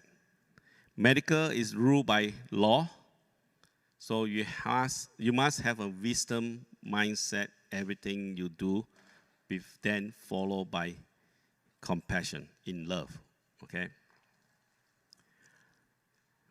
When a team requests help in outreach, you must minimum 50% manpower from your local, must have clear specific requests, what kind of manpower and material you need to your regional, and don't assume the support from the team know what you need. So you need to write down to tell them what you need. I seen before something say, I want to do outreach. I want to do dental, medical, acupuncture. Then the region say, what do you want? I want to do my outreach. Like, how many chairs? How many need? They don't say because the person don't even know how many chairs he or she need. Then the regional say, how am I going to support you when I don't even know how many things I want to bring? So those kind of things, okay? Mobile is not the best to do outreach. Mobile is do program. So we don't usually go out helping outreach unless certain situation, okay? Because most of the outreach already have all the equipment they need. They don't need the mobile presence. Try to do outreach using local resource. That means by inviting community partner to be part of the program. Identify your local core team to coordinate each department. Request support, same thing. The people ask, do we need to have set up a refer network? Yes. Local need to have our own refer network. Regional will not know where is your refer network is. You need to have a refer network list. Just during outreach, the patient can be referred to. That means it's a job of a local team to identify who will take our refer, all those things. And plan the outreach is not if there is a need, but because you just want to have an outreach. It's a very clear statement. We do it because there's a need in those areas, not just because we haven't do outreach, let's do one. Okay. Care provider must fulfill the need of the patient and the community. And this is called patient mindset for TIMA mission. Build a strong team, create a strong brand name and program. Strong community partners will come and funding will come along. Like there's a movie say, when you build, they will come, right? Same thing, when you build, money will come, okay? Finding excuse, a team finding excuse to cover up their weakness. A team will set back from growth. That will waste the donor money and lose the opportunity to serve the mission. Okay. Then Tzu medical platform is strong need a strong committed team, great network, collaboration, all these things, brand name. Always learn the partner to enhance Tzu. Always learn something new from their partners. Okay. Leveraging community resource, manpower, always learn how to leverage that. Leverage partner is where it comes funding, costing, network, patient, marketing, provider, and volunteer. What Tzu can do is we have equipment, platform, system, manpower, and we anchor the event. Okay. Partner always looking for a strong program, be part of the community service, and can help to solve the problem. That's why I say, when you create outreach, there's a need in your community. You have to make sure there's a need there. If, let's say, they only need medical, they don't need dental vision, then you just do outreach with doing medical service, more concentrate on that. Then more partners will come and join you or will enhance your program to be the next level. Okay. We have like those are procedures. We even have those charts that help everyone understand how the flow is, how the step-by-step to start your operation. And even planning, all those things, get mutual agreement, or you must know how to do it. Assess, conduct study, must conduct study every time. Then recruit volunteer, purchase the insurance. During the training, we'll teach all those things. And how to identify what kind of equipment you need, how to design flyers, and how to job assignments, and sign up sheets. Then also loading truck is very key. Usually a team, core team always come, like Fresno always have a core team, the whole core team come and load the truck. We don't usually 1 or 2 person load the truck. It's a whole team come and load the truck. It's a bonding, we call it, yeah. Set up, then outreach, always a chain of command, all defined clearly, and as also spokesperson, identify one spokesperson, not all, everybody, or backup storage plan, all those things. And we have before outreach, recruit, all those things, liability, purchase, insurance, equipment, all those things have been a lot of things to do before event. Event don't start by itself, okay? A lot of hard work to do. So when you want to wish to have an outreach, that means that you must have a commitment on that. Team usually, that's all the team that usually we need in the outreach. Usually logistic, EHR team, management team, volunteer, patient registration, all these things. Then we have all this flow chart. I will go through real fast for you. Like every department, we have flow chart for you guys to follow. All this flow chart to clearly understand how they work, so that no one get confused and misunderstand how it work, or be standardized.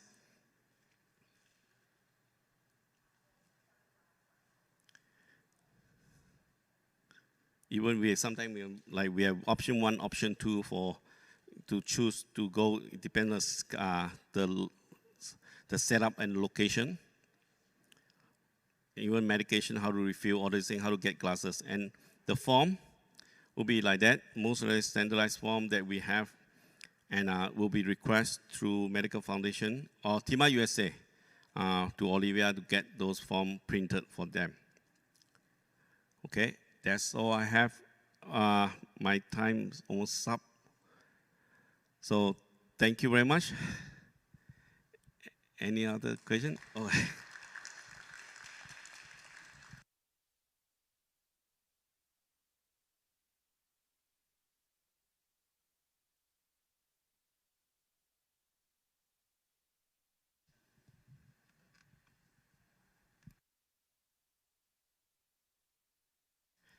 I have one. Let me, since I have time, I want to have a question here.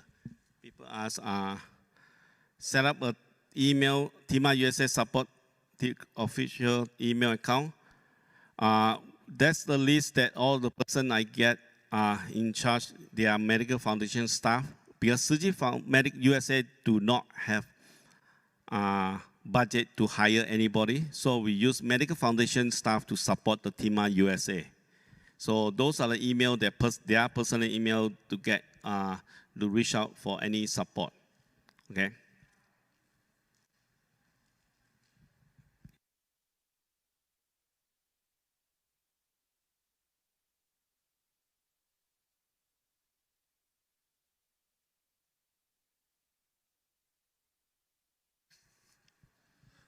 Thank you so much, Brother Steven, for the wonderful sharing. 感恩 Steven 师兄刚才精彩的分享。So for the next session, we will have a book club sharing by Dr. Jeffrey Tu and his team. 那接下来下一堂课呢是品书会分享，将会由杜和义中医师分享。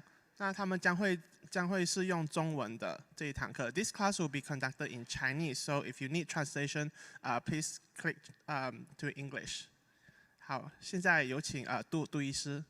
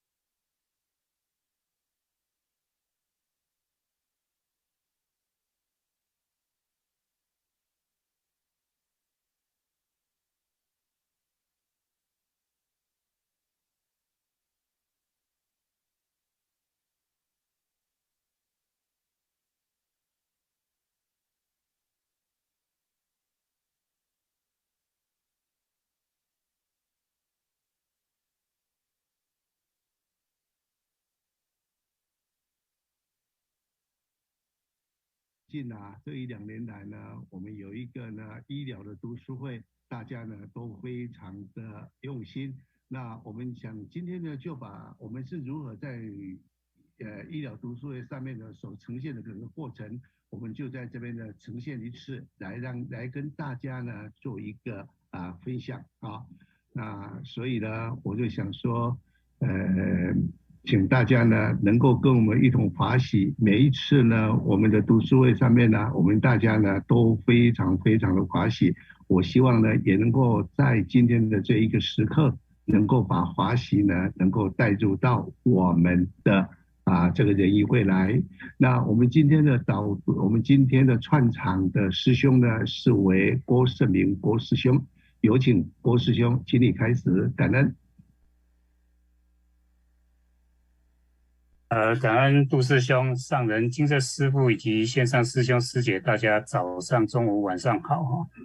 那我相信国际慈济仁义会年会，大家应该都收获满满哈。其实每次见面最想问候大家的一句话就是你好吗哈，因为只有自己好，别人才会好，别人好，社会才会好。这也是佛陀常说的自觉觉发觉醒圆满的表现。那我们今天接着我们就开始我们的今天的美国医疗这个医疗读书会。那由美国医疗读书会所分享的部分，那是我们金丝法水妙莲华的续品哈。那流程大概分为4大阶段。第一个阶段是大概我们会呈现是课文导读，再来是议题讨论。议题的回应以及法义分享4个部分哈。那当然就是希望借由分享与会的这个师兄师姐哈，那借由以上的流程哈，请可以了解我们佛法的精要上人的理念，让我们可以借由品书会，让我不仅听了还要听懂，不仅听懂还要生活上去体悟。那生活上有所体悟的时候，我们再来与别人分享哦，这就是我们品书会的的宗旨哈。那再来我们就是有请我们的陈普师兄为我们分享这个8分钟哈，还有我们的议题讨论有请我们的陈普师兄，感恩。感恩圣明师兄的介绍哈。那接下来我们以这个续品第132集，在课文是1035页到1052页来跟大家做导读跟分享那亲爱的上人、常住师父各位美国仁医菩萨法亲家人，大家好那这一集其实是非常契合我们这个慈济宗门人间路那我们慈济宗门人间路这个路是怎么铺出来的当然就是来自于我们的净思法脉妙莲华那这个法华经的精髓就是无量义经那这个在德行品的第1讲到这个经文提到润泽众生诸有善根，布善种子，遍功德田，普令一切发菩提梦，智慧日月方便世界，福殊增长大圣事业。那这样的一个偈文大家从里面这样看虽然它是文言文那我相信所有慈济人慈济志工看到这样的文字应该能够深深的去了解切实去很容易去体会到对，是的，上人开示往往会讲经甲都呀都甲都呀原来这个我们所做的所走出来的这一条大道原来就是在这个无量义经这个经文这样铺出来的那我们下一章。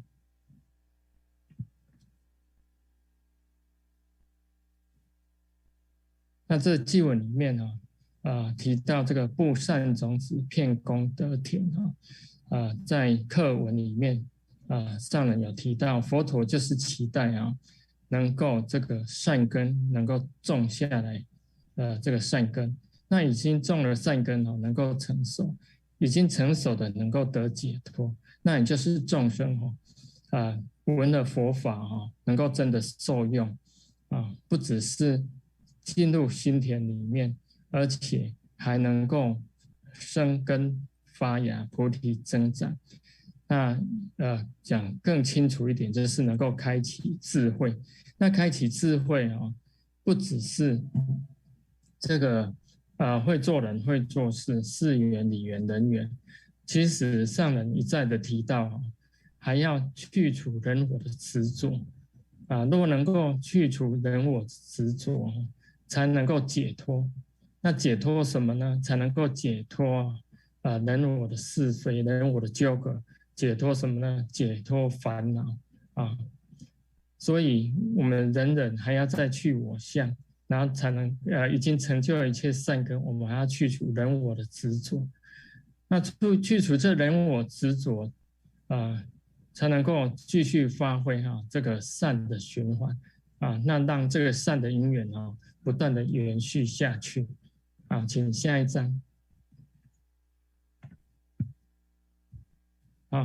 那我们举一个例子我们知道在今年的2月24号这个俄乌战争的爆发然后影响了全世界就像2020年的1月23号新冠肺炎爆发等等这些天灾人祸往往都会影响了全世界所以上人说其实我们都是每个人都是跟这个世界共生系唯有我们这个布善种子遍功德田那善种子越广布越多那发挥作用那这样才能够让这个大圣事业开展。那大圣事业开展最大的目的当然就是要建设人间净土。那在这个俄乌战争爆发之后慈济也很希望能够帮助这个乌克兰难民那就找到了这几位的这个善种子。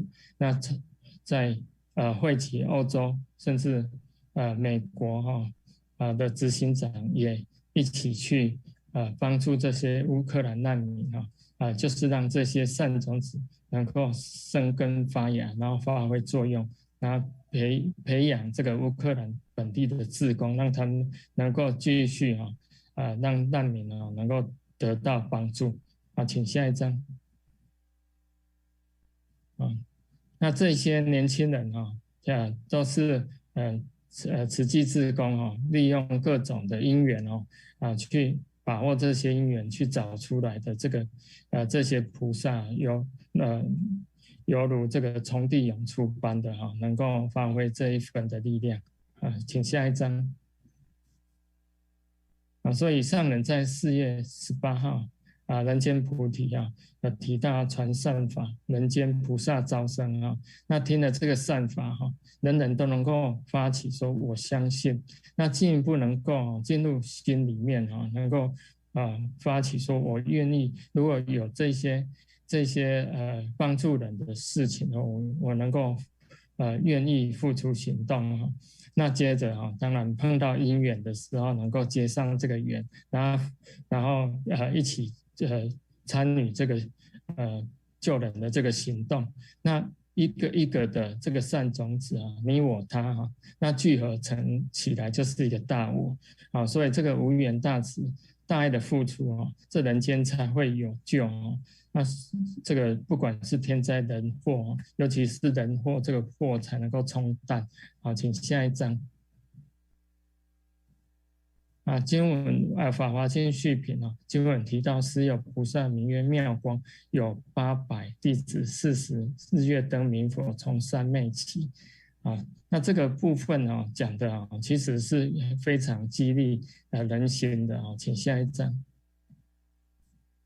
为什么激励人心呢？因为日月灯明佛在这个很长远的时间就有2万尊那每一尊日月灯明佛那又说法传法给21尊菩萨那其中有一位妙光菩萨，他本身就有800弟子。那上人看到开示依据这样的一个经文就开示说，既然菩萨这么多，那以现代来讲地球上有80亿人口那如果以这样来推的话那其实人人都有佛性那是不是我们地球上人人都全是菩萨了？那都有机会成佛所以常不轻菩萨说，我不敢轻视你，不敢轻视地球上每一个人因为你将来也会成佛这个是不是非常的激励人心呢？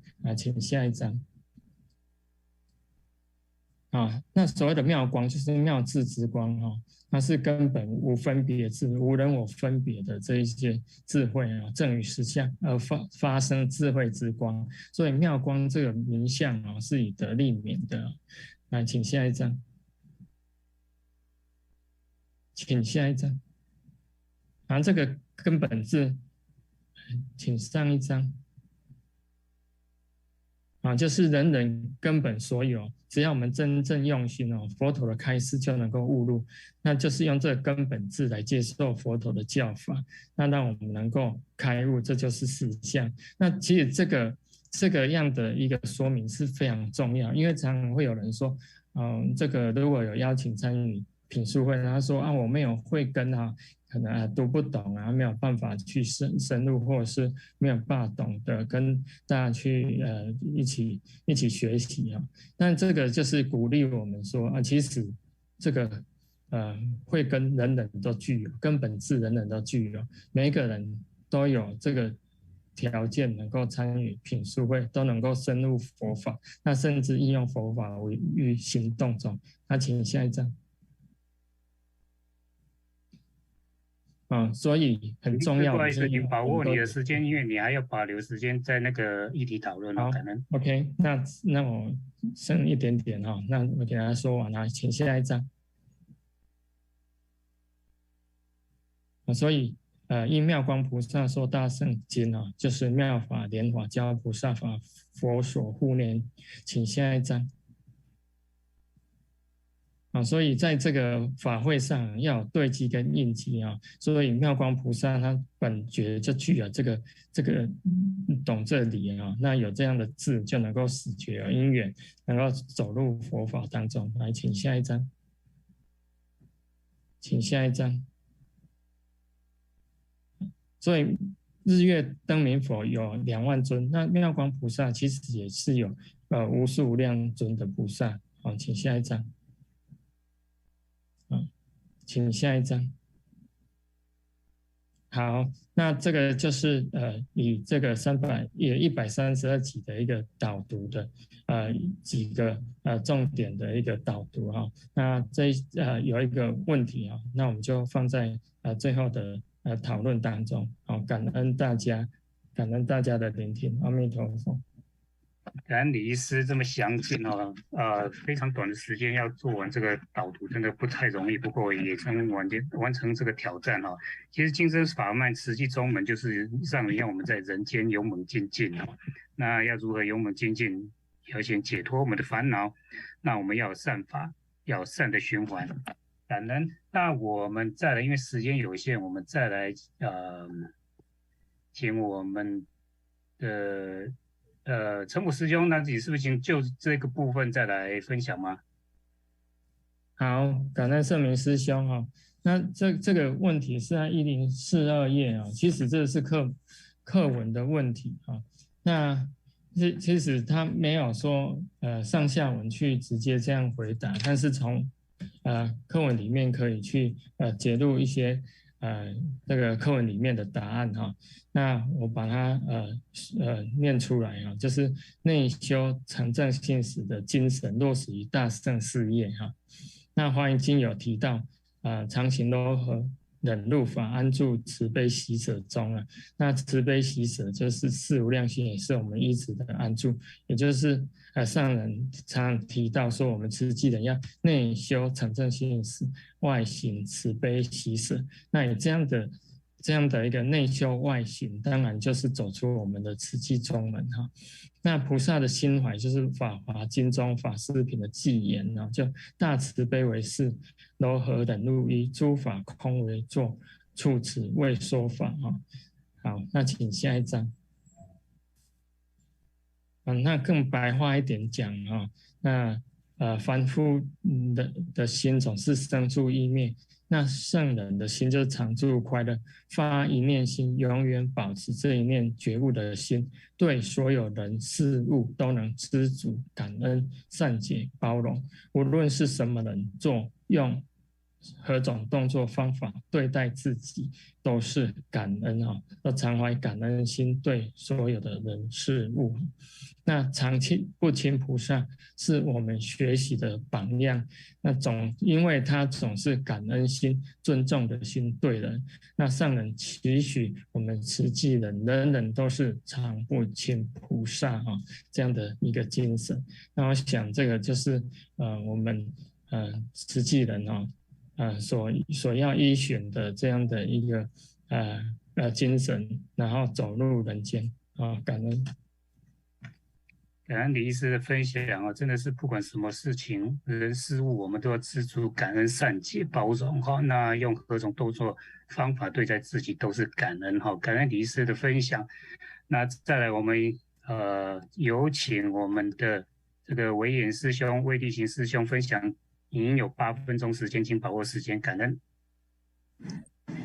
感恩上人、金色师父、各位师兄姐、各位大医王、各位会众、各位大德，跟各位分享的最主要呢，是我们在慈济呢，我们有净师法脉，也有慈济宗门，一个内修诚正信实，一个外行慈悲喜舍。这个为什么这么重要呢？我以西方的哲学。西方哲学呢，时常在唯心跟唯物方面呢辩论不休那其实呢，这两边都是偏两边的我们在 Baby Boom 就是1946年到1964年末学刚好1964年生的最后的一年那个时代的就是这个时代的人非常的辛苦劳作每天都很省，而且呢积蓄他们最大的愿望就是把房子的 mortgage 把它付完就是不要贷款，而且觉得是最大成就。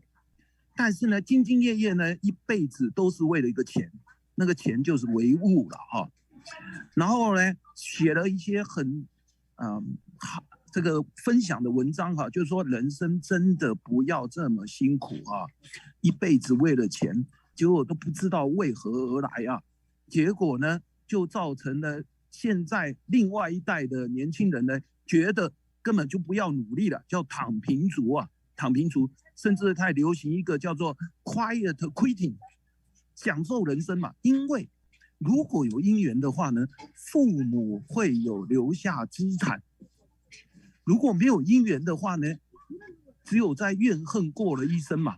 为什么有富二代呢？为什么我不是富二代呢？然后就在这些浑浑噩噩中间。看起来好像过得非常自在的生活，但是到了最后一刻，这两种人是不是都有遗憾呢？因为为什么？因为呢，他没有机会去享受那个法喜的滋味。什么是法喜的滋味呢？就是付出无所求。还要感恩我们是感恩什么呢？感恩机缘造成了我这个付出的机会请下一张 slide。我们慈济讲大慈无悔，大悲无怨，大喜无忧，大舍无求。我们要用这种心念呢，走入人群，而且上求佛法，下化众生。在我们慈济讲呢，就是为佛教、为众生，而且呢，慈济的委员慈诚呢，是以佛心施治来入人群。我们要用闻法、说法、传法的坚定信念，去成就自利利他的庄严佛土。感恩，请下一章。因为呢，众生有不尽的业力啊，所以才在苦中循环呢。我们有机会能有能力付出，真的要发大心、立大愿，以大慈悲为事，柔和忍辱一，诸法空为坐。然后呢，其实在慈济有一个很大的法门，我们必须要放在心上，这就是刚刚李医师在提的哈。我们要用菩萨大招生，因为菩萨大招生呢，其实是四摄度里面的同事度，非常重要啊。为什么呢？因为我们有以身作则，别人才会看到你的法喜，才想要加入。所以这个是自利利他的一个最大的法门哈。感恩，请下一章。哦，刚好哈，我们在经藏演绎啊。然后我们有演绎了一个难舍一切诸难舍，它的经文是这样的：遍学一切众道法，智慧深入众生根，然后于如来地坚固不动，安住愿力，广进佛国。能够遍学一切诸道法，才能够以同理心，让这个智慧呢通达众生的根。也就是我们说苦气拔以复为说法，然后呢，我们要坚持在如来地，坚固不动。我要坚持我原来的出发心，然后呢，能够自利利他的成就佛国净土。好，感恩。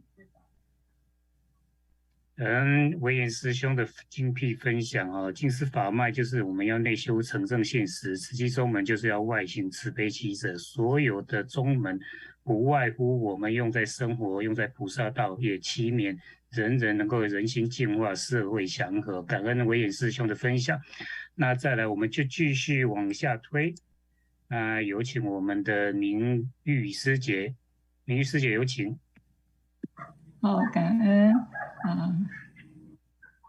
亲爱的上人、金舍师父以及线上的所有的法亲家人、大医王、法医大士、诸位大德，大家好，阿弥陀佛！非常的感恩有这么殊胜的因缘，在仁医会的品书会上和大家分享，回应刚刚有听到我们的大医王还有魏师兄他们所做的净思法随妙莲华对上人所说的法，对妙法莲华经尤其是提到了慈济宗门跟净思法脉。好，那么我们现在就来谈一谈慈济宗门净思法脉。好，请看下一章。相信大家对这句话都非常的耳熟能详。净思法脉，净思法脉是干什么的？为什么叫净思法脉？情行道，法脉宗门，慈济的宗门是怎么建立的？慈济的宗门是根据净思法脉，净思法脉是要情行道的，为了是要传承净思法随妙莲华，所以刚刚说我们发四弘誓愿。那么慈济的宗门呢，就是根据净思法脉，在人间行菩萨道。这个菩萨道就是根据净思法随妙莲华这个经，就是上人所说的经者道也，道者路也。那么我们要怎么样入人群，怎么样行这个人间路呢？上人告诉我们，就是我们要有悲智双运的心，要有智慧，要有悲心，发无量的慈悲喜舍的菩提心。好，请放下一张。那么相信看到这张法照，大家心里一定非常的欢喜。虽然仁医会已经久别了2年，不能再回到我们心灵的故乡，举行，可是能够在云端跟所有的法亲家人们相聚，也是一件非常美好的事情。好，那么为什么我们的慈济宗门是静思法脉呢？为什么是叫静思呢？相信大家都晓得啊。上人这张照片是上人2008年拍摄的。我们晓得，我们慈济宗门的创办人，我们亲爱的上人，他的本名是王景云，他的字叫慧章，可是号呢是叫静思。这个静思呢，就是静虑哈，也就是定的意思啊。那上人的法号呢是叫做正言，他是1937年出生的。那么请问大家线上，您可以赶快换算一下吗？上人今年多少岁？是的，上人今天早上在人间菩提还这么说。时间啊，真的是岁月不饶人，想想自己年岁大了，所以上人对静思法脉的传承，慈济宗门必须要能够延续，感觉到非常的，这是他一直在挂心的事情，一直他期望的事情，就是希望我们每个人每一天都在做慈济，一日慈济，一日慈济，终身慈济，生生世世都是在做慈济。好，那么我们请放下一张，我们再来看。我们晓得啊，静思法脉，慈济宗门就是佛心施治。那么佛陀为了一大世因缘来到人间，这一大世的因缘就是要开示悟入佛的知见，为人们开示，期待人人都能够开启这个清净觉悟的智慧。那么静思法脉慈济宗门就是传承佛陀说的法，就是以无量义经来作为我们修习的精髓。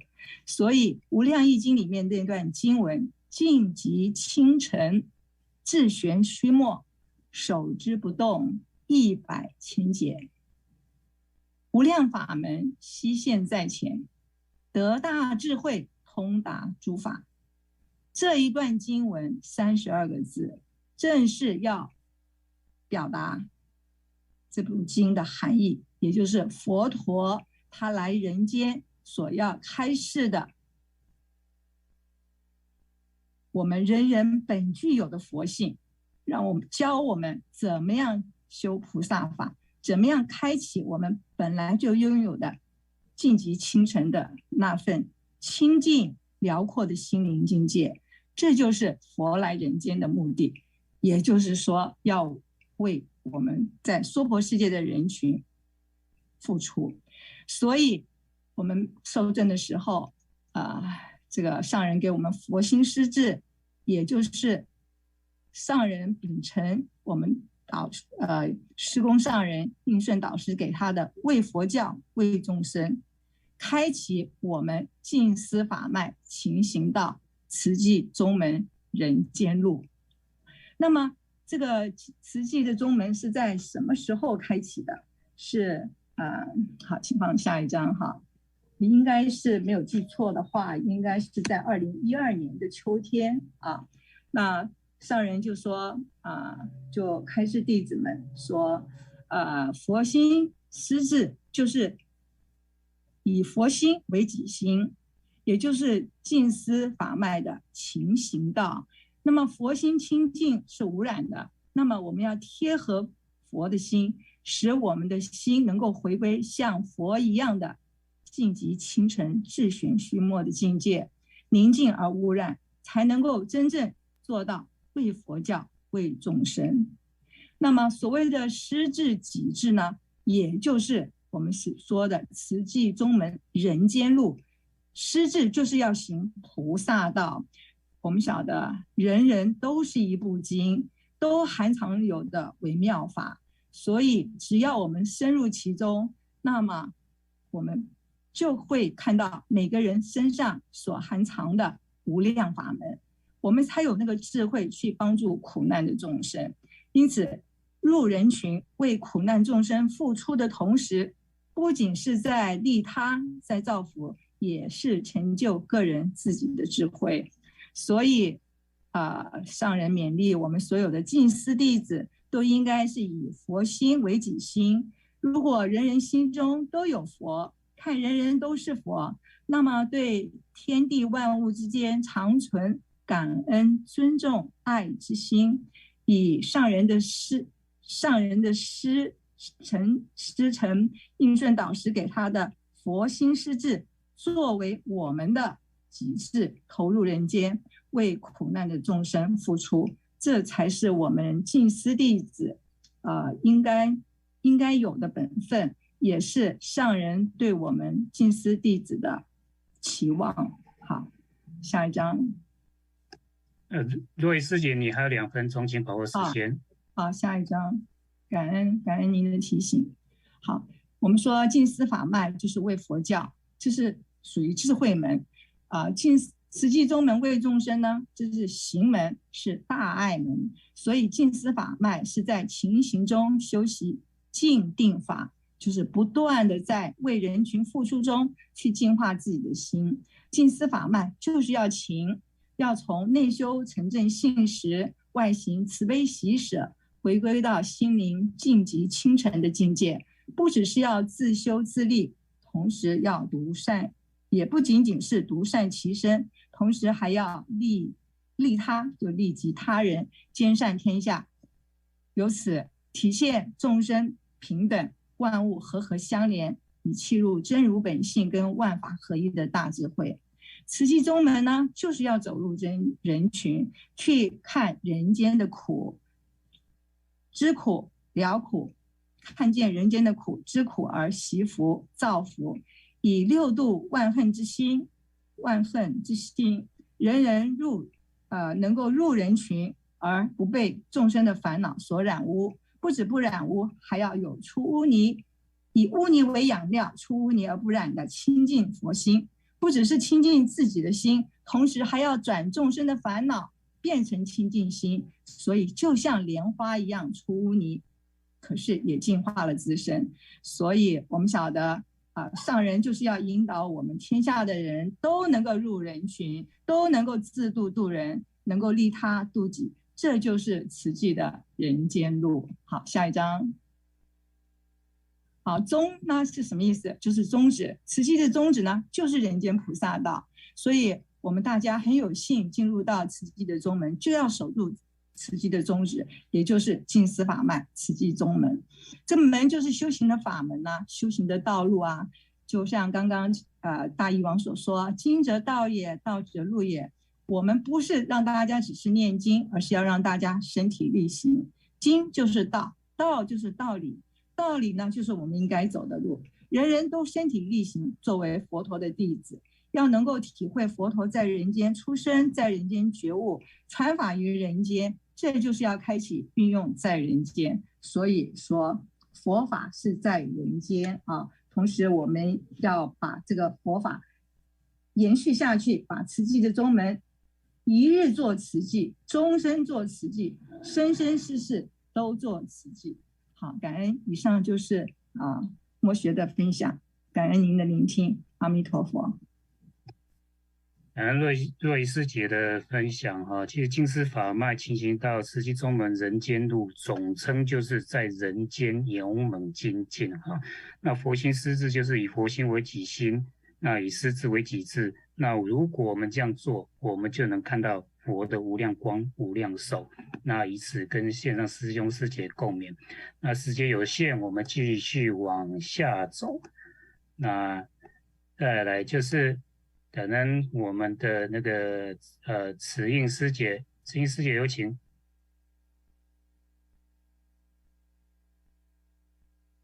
慈应师姐听到吗？那个圣明师兄他是用语音录音，那可不可以请我们音控师兄帮我们播？那个范师兄是不是？师姐。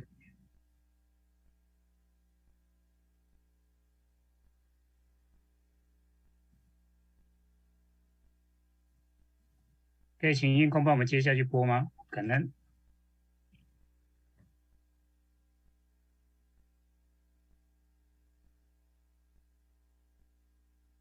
这个如今师姐呢，她是非常的精进的。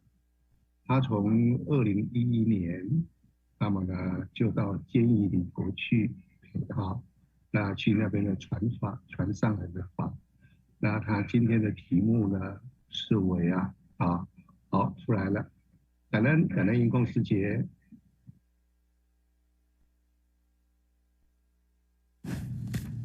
各位菩萨家人，大家好，我是医疗品书会同学郑如金。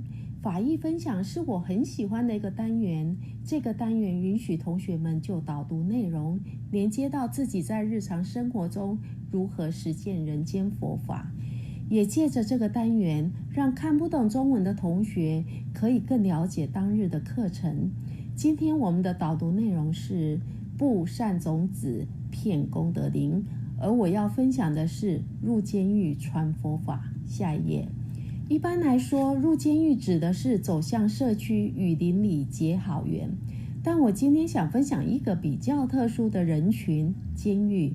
拉斯维加斯有4所监狱，加起来大概有3700多人在这里服刑，算起来也是广大社区。2011年，当我们开始赠送静思语到全美各大旅店，我们也开始赠送这个静思语到监狱，因为监狱皆是受苦的众生，身体及心灵受到桎梏，静思语可以洗涤他们的心灵。下一页。首先，我们要接引克郡监狱证书计划窗口邦尼牧师，这是我们走出在监狱推广静思语的第一步。拉斯维加斯的志工邀请邦尼牧师到慈济会所，用心介绍慈济人、慈济事，曾经将静思语这本书列入他们的证书名单，从此高居赌城4所监狱戒书排行榜第1名。此外，当狱友服刑期满，可以要求一本书踏上他们的人生新旅程，而静思语是很多更生人的首选。下一页。接着，邦尼牧师接引我们到监狱举行佛法读书会。由于更生人出狱又回笼的机遇高达70%，狱方为了改变狱友的心态，除了鼓励读书，也邀约各种宗教团体为狱友上课，希望出狱后的他们可以翻转人生。2012年，美国总会与拉斯维加斯志工组队参加由监狱主办的培训，正式成为监狱宗教课程的一员。自2014年8月开始，先后赴2家收容所举办读书会。下一页。其实公共红尘只是一墙之隔，克郡收容所坐落在老城区的赌场街，墙外是灯红酒绿的花花世界，墙内是一道又一道的铁门深锁。除了1日3餐，狱友用睡眠打发流转的时光，阅读静思语及参加读书会是他们的最爱。下一页。入监狱传佛法的行动对比出光明与黑暗。如果每一个狱友走向监狱的过程都是一个故事，那么每一位志工走向监狱的挣扎也是一段不平凡的心路历程。下一页。此话怎讲呢？因为我每次去监狱上课，我们必须把私人物品都锁在储物柜里头，然后经过 X 光检查，交换证件，搭电梯前往。出电梯就是2道铁门，我们要用对讲机请求入内。警官会在第2道门口接我们，然后穿过长长的走廊，走向宗教课教室。每次经过右手边的窗口，都感觉好像有一道阴冷的目光射过来，因为那里关的是重刑犯，他们总是冷冷地看着我们。左边的教室最多可以容纳20人，男女分班，有恩怨的狱友也要分班上课。有时候我们要连续上3节课，只有换班的时候才可以拜托狱警带我们去使用洗手间。志工跟狱友是锁在同一间教室，只有电话可以求援。所以进教室的第一个动作就是检查电话的功能。师姐的服装要包裹好自己，有一些监狱还规定不可以把上衣塞进长裤里，因为露出曲线惹人遐想，可能会引发犯罪。最要命的是，万一遇到暴动，无论伤亡，皆属自愿，无法求偿。凡此种种，说明监狱传法的行动是一种无畏师。下一页，狱友不一定是坏人，他们只是犯错的人。在课程中，我们要倾听狱友的颠倒人生。左边这一位女狱友，我们叫她爱哭鬼，因为她每天都以泪洗脸，曾经有产后忧郁症，会肚子痛很厉害，然后她就学会用酒精麻痹自己。在家人的规劝下戒酒，曾经长达3年没有沾过一滴酒。可是有一天又痛了，他发了3个求助的简讯，可是都没有人回复。于是他到酒吧去买醉，一出门就出车祸，撞死人了。经过几个月的读书会，他真心忏悔，鼓起勇气向法官求情，保证自己从此滴酒不沾。法官听了以后很感动，酌情减刑。他终于擦干眼泪，等候出狱，重新出发。右边这位西方大哥动不动就用拳头说话，上了读书会以后，他变得柔软了。当同牢房的狱友鼾声大作，扰人清梦。要是从前，早就把他给办了。如今学佛，这位大哥在牢房里召开会议，鼓励大家提出办法解决。从此大家就可以在东方佛法的核心中入梦。下一页，用佛法开导他们，用爱陪伴狱友。其实赴监狱也是入人群，期待我们的狱友可以经由学佛翻转他们的人生。下一页，疫情期间有口罩荒，监狱众生受苦，因为缺口罩，每一个口罩都要使用7天以上。途中这位狱友，他奉命喷洒消毒水，上上下下劳累流汗，破旧不堪的口罩绑了又绑，苦不堪言。一个牢房要住70几个人，一旦有人感染，就是一个大灾难。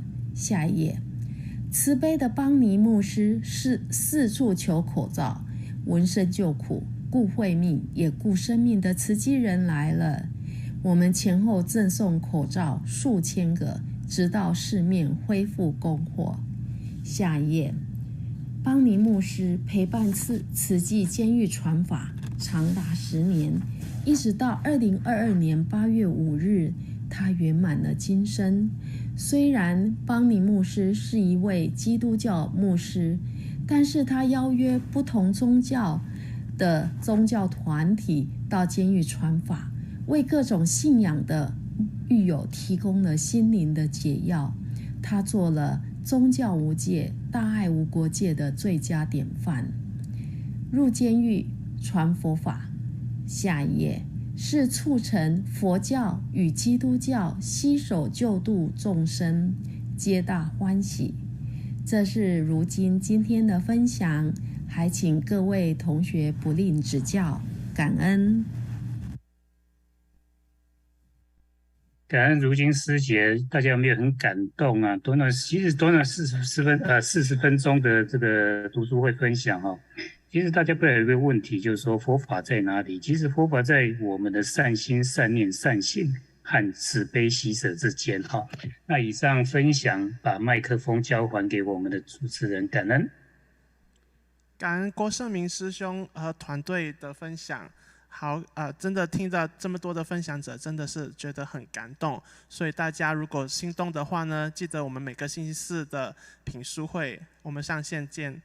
If you are touched by the sharing just now from the sharing just now, please remember to join our book club sharing on every Thursday. And right now is our lunch break. Our lunch break will be for 60 minutes. 接下来将会是我们的午斋时间，将会是60分钟，还有我们60分钟后在线上继续再见。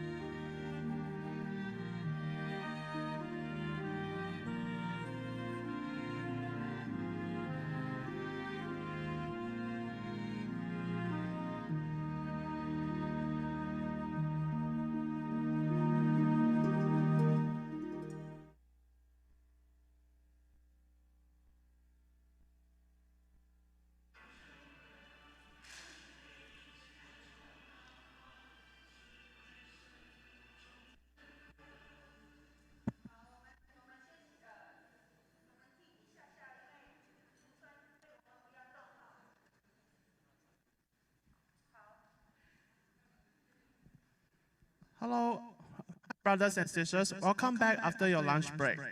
I believe that everyone is having a very full lunch. Right now is our prayer session.